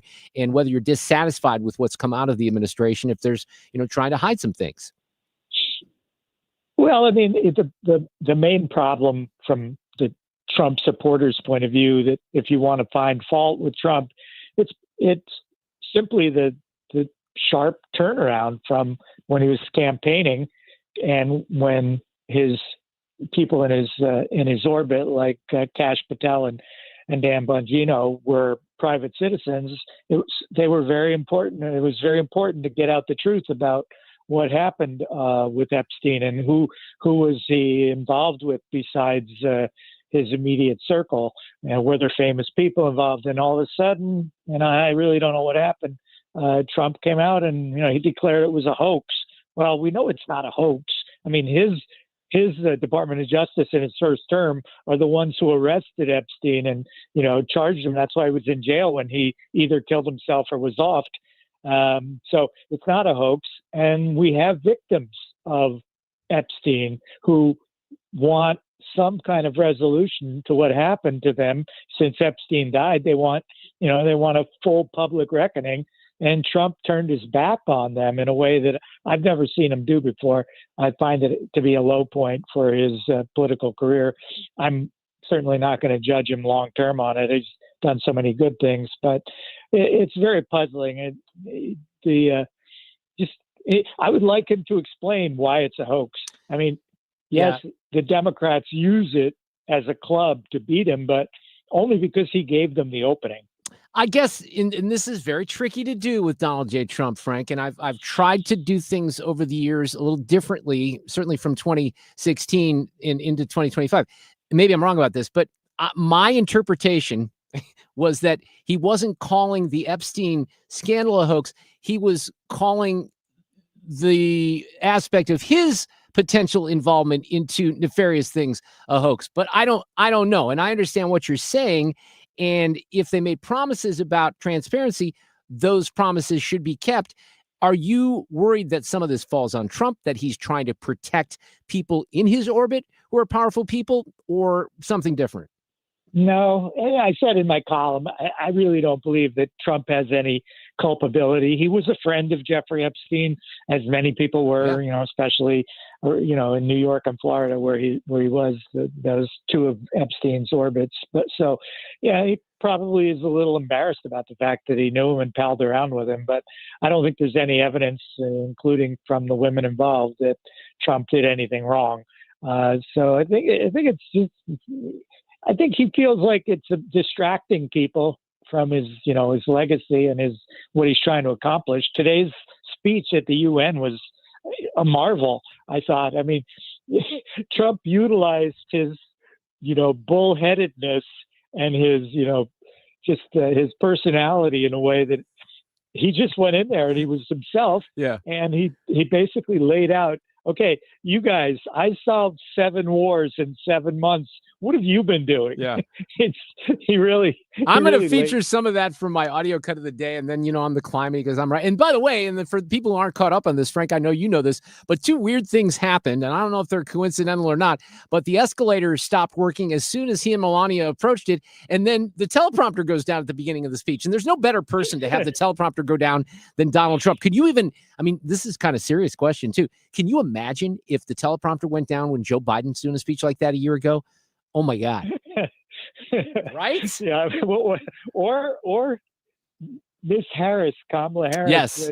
She's having a hard time with the spontaneous talking on her book tour. Same old word salad problems are suddenly appearing. Yeah, shocking, right? Unbelievable. Any thoughts on Jimmy Kimmel's return? It's a business decision again. I'm happy that Sinclair and Nexstar are planning to refuse to run him until he issues some kind of an apology. We'll see what he does tonight. The whole idea that it's somehow wrong and it's against free speech to take Kimmel off the air is absurd. We all if you grew up in the 70s, you remember George Carlin, that there were 7 words you can't say on TV. And that those words don't exactly exist in that form. But as a broadcaster, the FCC regulates things. That's what they do. And they can regulate speech in specific ways. And one of the things you're not supposed to do is distort the news or lie about the news. And he does that on a regular basis. Yeah. Look, I've had a difference of opinion with a lot of the conservative, thought leaders like yourself. I just feel everything that I heard you say is true, except for I did not like the Brendan Carr FCC pressure angle. I just didn't.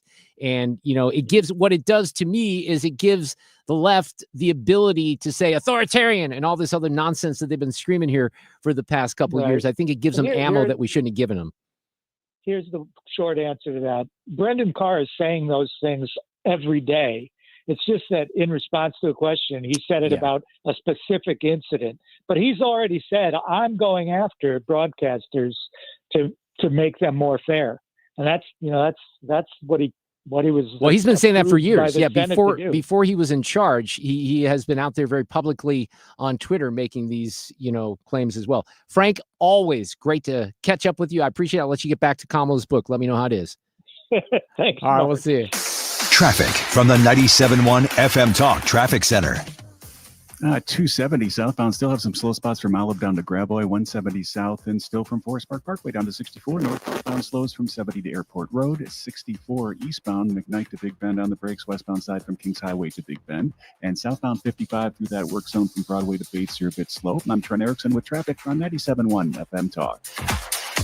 Hey, it's Mark Reardon. If you're nearing retirement or already retired, call my friends Thomas Helbig and Bob Kershaw with the Retirement Advisory Group. They'll show you how linking to the market is much safer than owning the market for your retirement savings. They're the official financial advisors of my show. Go to retirementkey.com. I had to get Mike Reynolds on the air last week from Michael's Flooring Outlet. He had a little bit of a carpet issue, and it appears to be a repair issue. Look, my bunny is not allowed into the unfinished area of my home because he gets in all kinds of stuff back there. So I keep that door closed. Well, he's gone at the carpet, and he's dug it up a little bit. Then the dog got involved and pulled the carpet back. Then there was like this weird crop circle in the middle of my carpet. And I do think, and they can do this for you, if you have repairs, maybe you just need carpet restretching. You know how you get the saggy, baggy looks in your carpeting? Don't forget that Michael's Flooring Outlet can do that for you as well. They can put you into brand new flooring that looks spectacular. They can do that on a budget. They can put hard flooring in, soft flooring, beautiful carpeting from Mohawk, the technology that fits your particular lifestyle. They have financing available. The website's great. It really is. Can't say enough about that. But the stores are even better. If you walk into the store in West County on Olive, in Darden Prairie, or the legendary location in Old Town St. Peter's, you're going to be inspired. You'll be blown away, and you'll be given help with a lot of expertise and knowledge. And that's what you want. You don't want to go to a big box store with someone who was working in another job just a couple of weeks ago. I got floor.com from Michael's Flooring Outlet. Sunday, the Chiefs are back on 97.1 FM Talk. Tune in for the game at 3:25 with pregame coverage starting at 2. 97.1 FM Talk this Sunday with the Chiefs. Game time 3:25.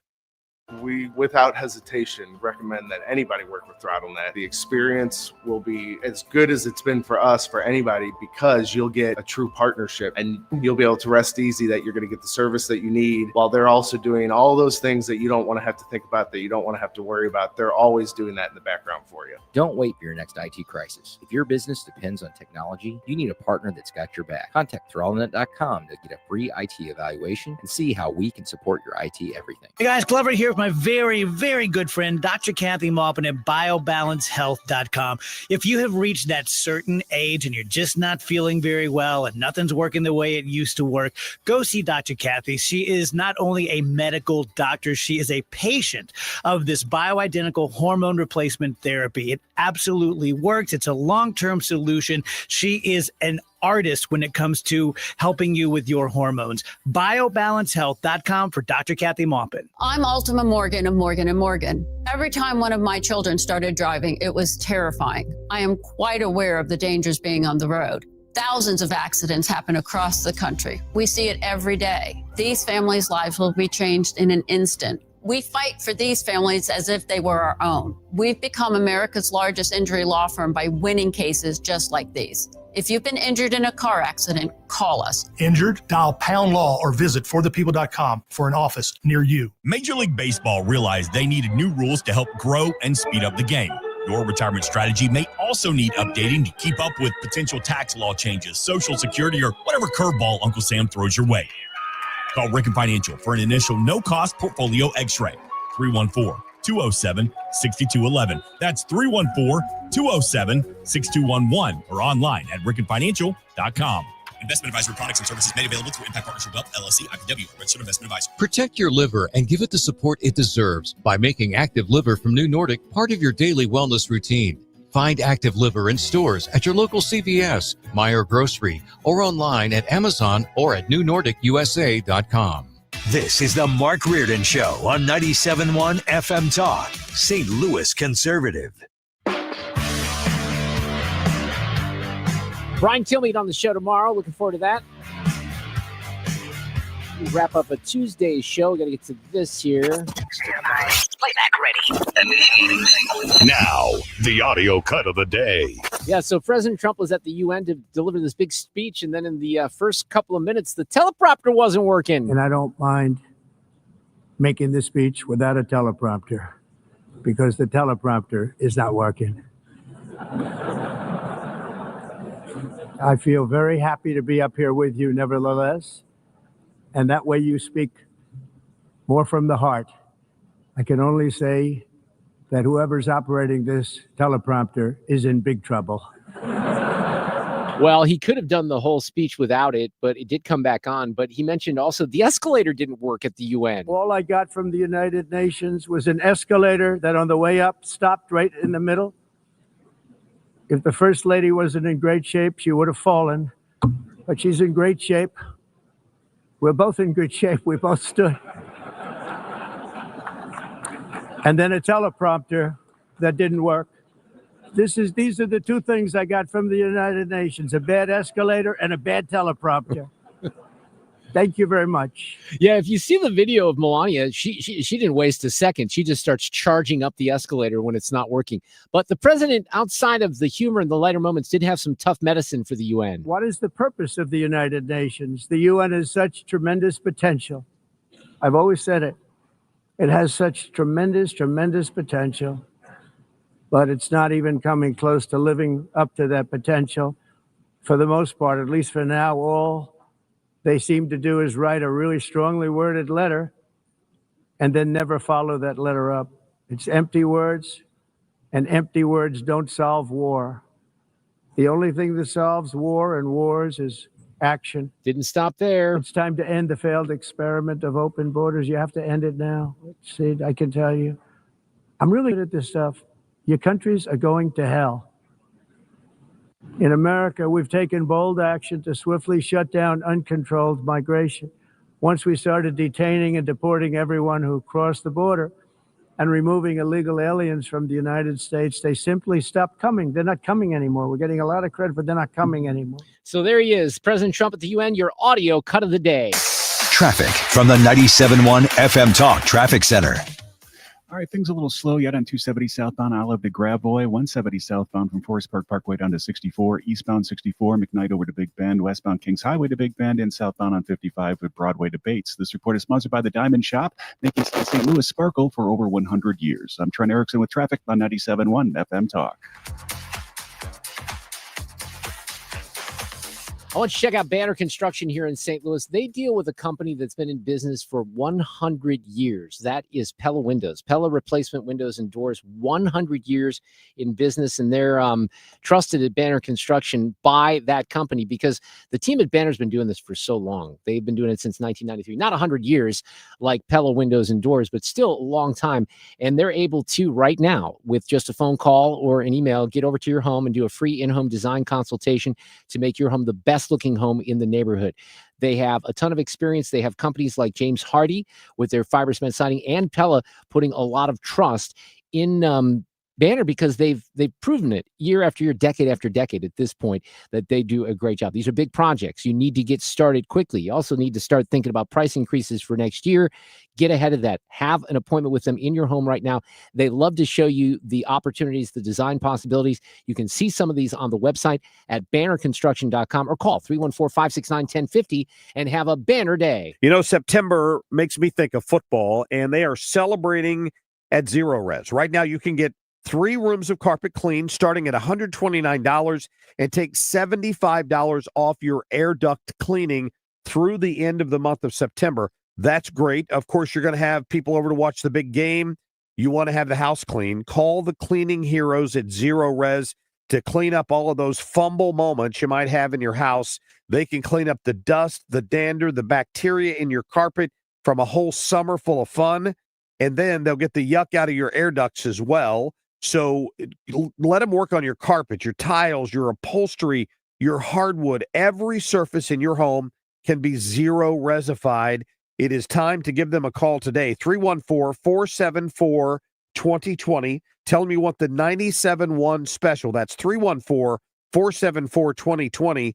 Schedule your appointment online at ZeroResSTL.com. Stop everything you're doing right now and ask yourself, are you currently receiving steady paychecks? What about when you're retired? Will you receive a monthly check to cover your expenses and also have some fun? Marvin Mitchell and the team at Compass Retirement Solutions calls this mailbox money. It's a monthly check you'll receive throughout retirement. They don't want you to worry about if the money will show up or how much money you'll receive. The only thing they want you to think about is how to spend it when it arrives. Find out how to get enough money in your mailbox every month when you're retired. Call Marvin Mitchell and the Compass Retirement Solutions team at 314-373-1598 to start working on a plan that can help you create the monthly income you'll need in retirement. Call 314-373-1598 right now and schedule a visit with Compass Retirement Solutions. 314-373-1598. Firm offers insurance services, investments, and services offered through Compass Retirement Group, a registered investment advisory in Missouri and Illinois. KFTK FM Florissant from the Kaufman Townsley, St. Louis's Injury Lawyers Studio. Call 314-500-5000. That's 314-500-5000. All on the free Odyssey app.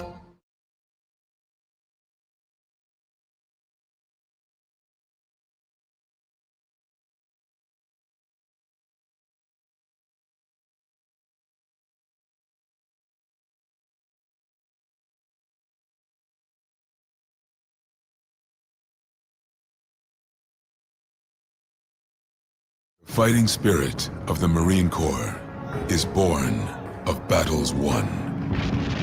Battles won within, over enemies of fear, enemies of doubt.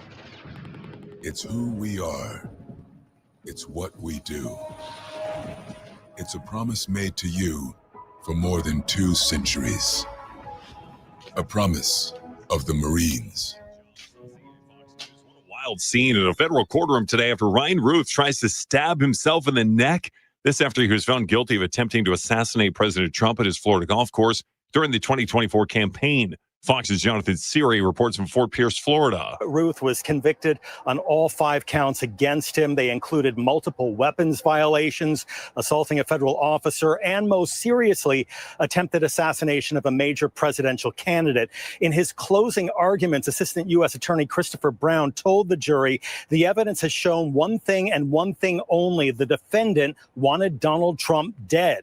Over the past 2 weeks, prosecutors presented 38 witnesses and hundreds of exhibits, ranging from surveillance videos to a trail of Vienna sausages they say showed Ruth stalking and tracking then candidate Trump's movements for a month leading up to his September 2024 visit to his West Palm Beach golf club. Ruth represented himself in court during this trial. The judge, Eileen Cannon, repeatedly stopped him after he kept bringing up topics not relevant to the proceedings. President Trump is reacting to the verdict. It says congratulations to Attorney General Bondi, Deputy Attorney General Blanche, and the entire DOJ team on the conviction in Florida of the person who attempted an assassination on my life. The trial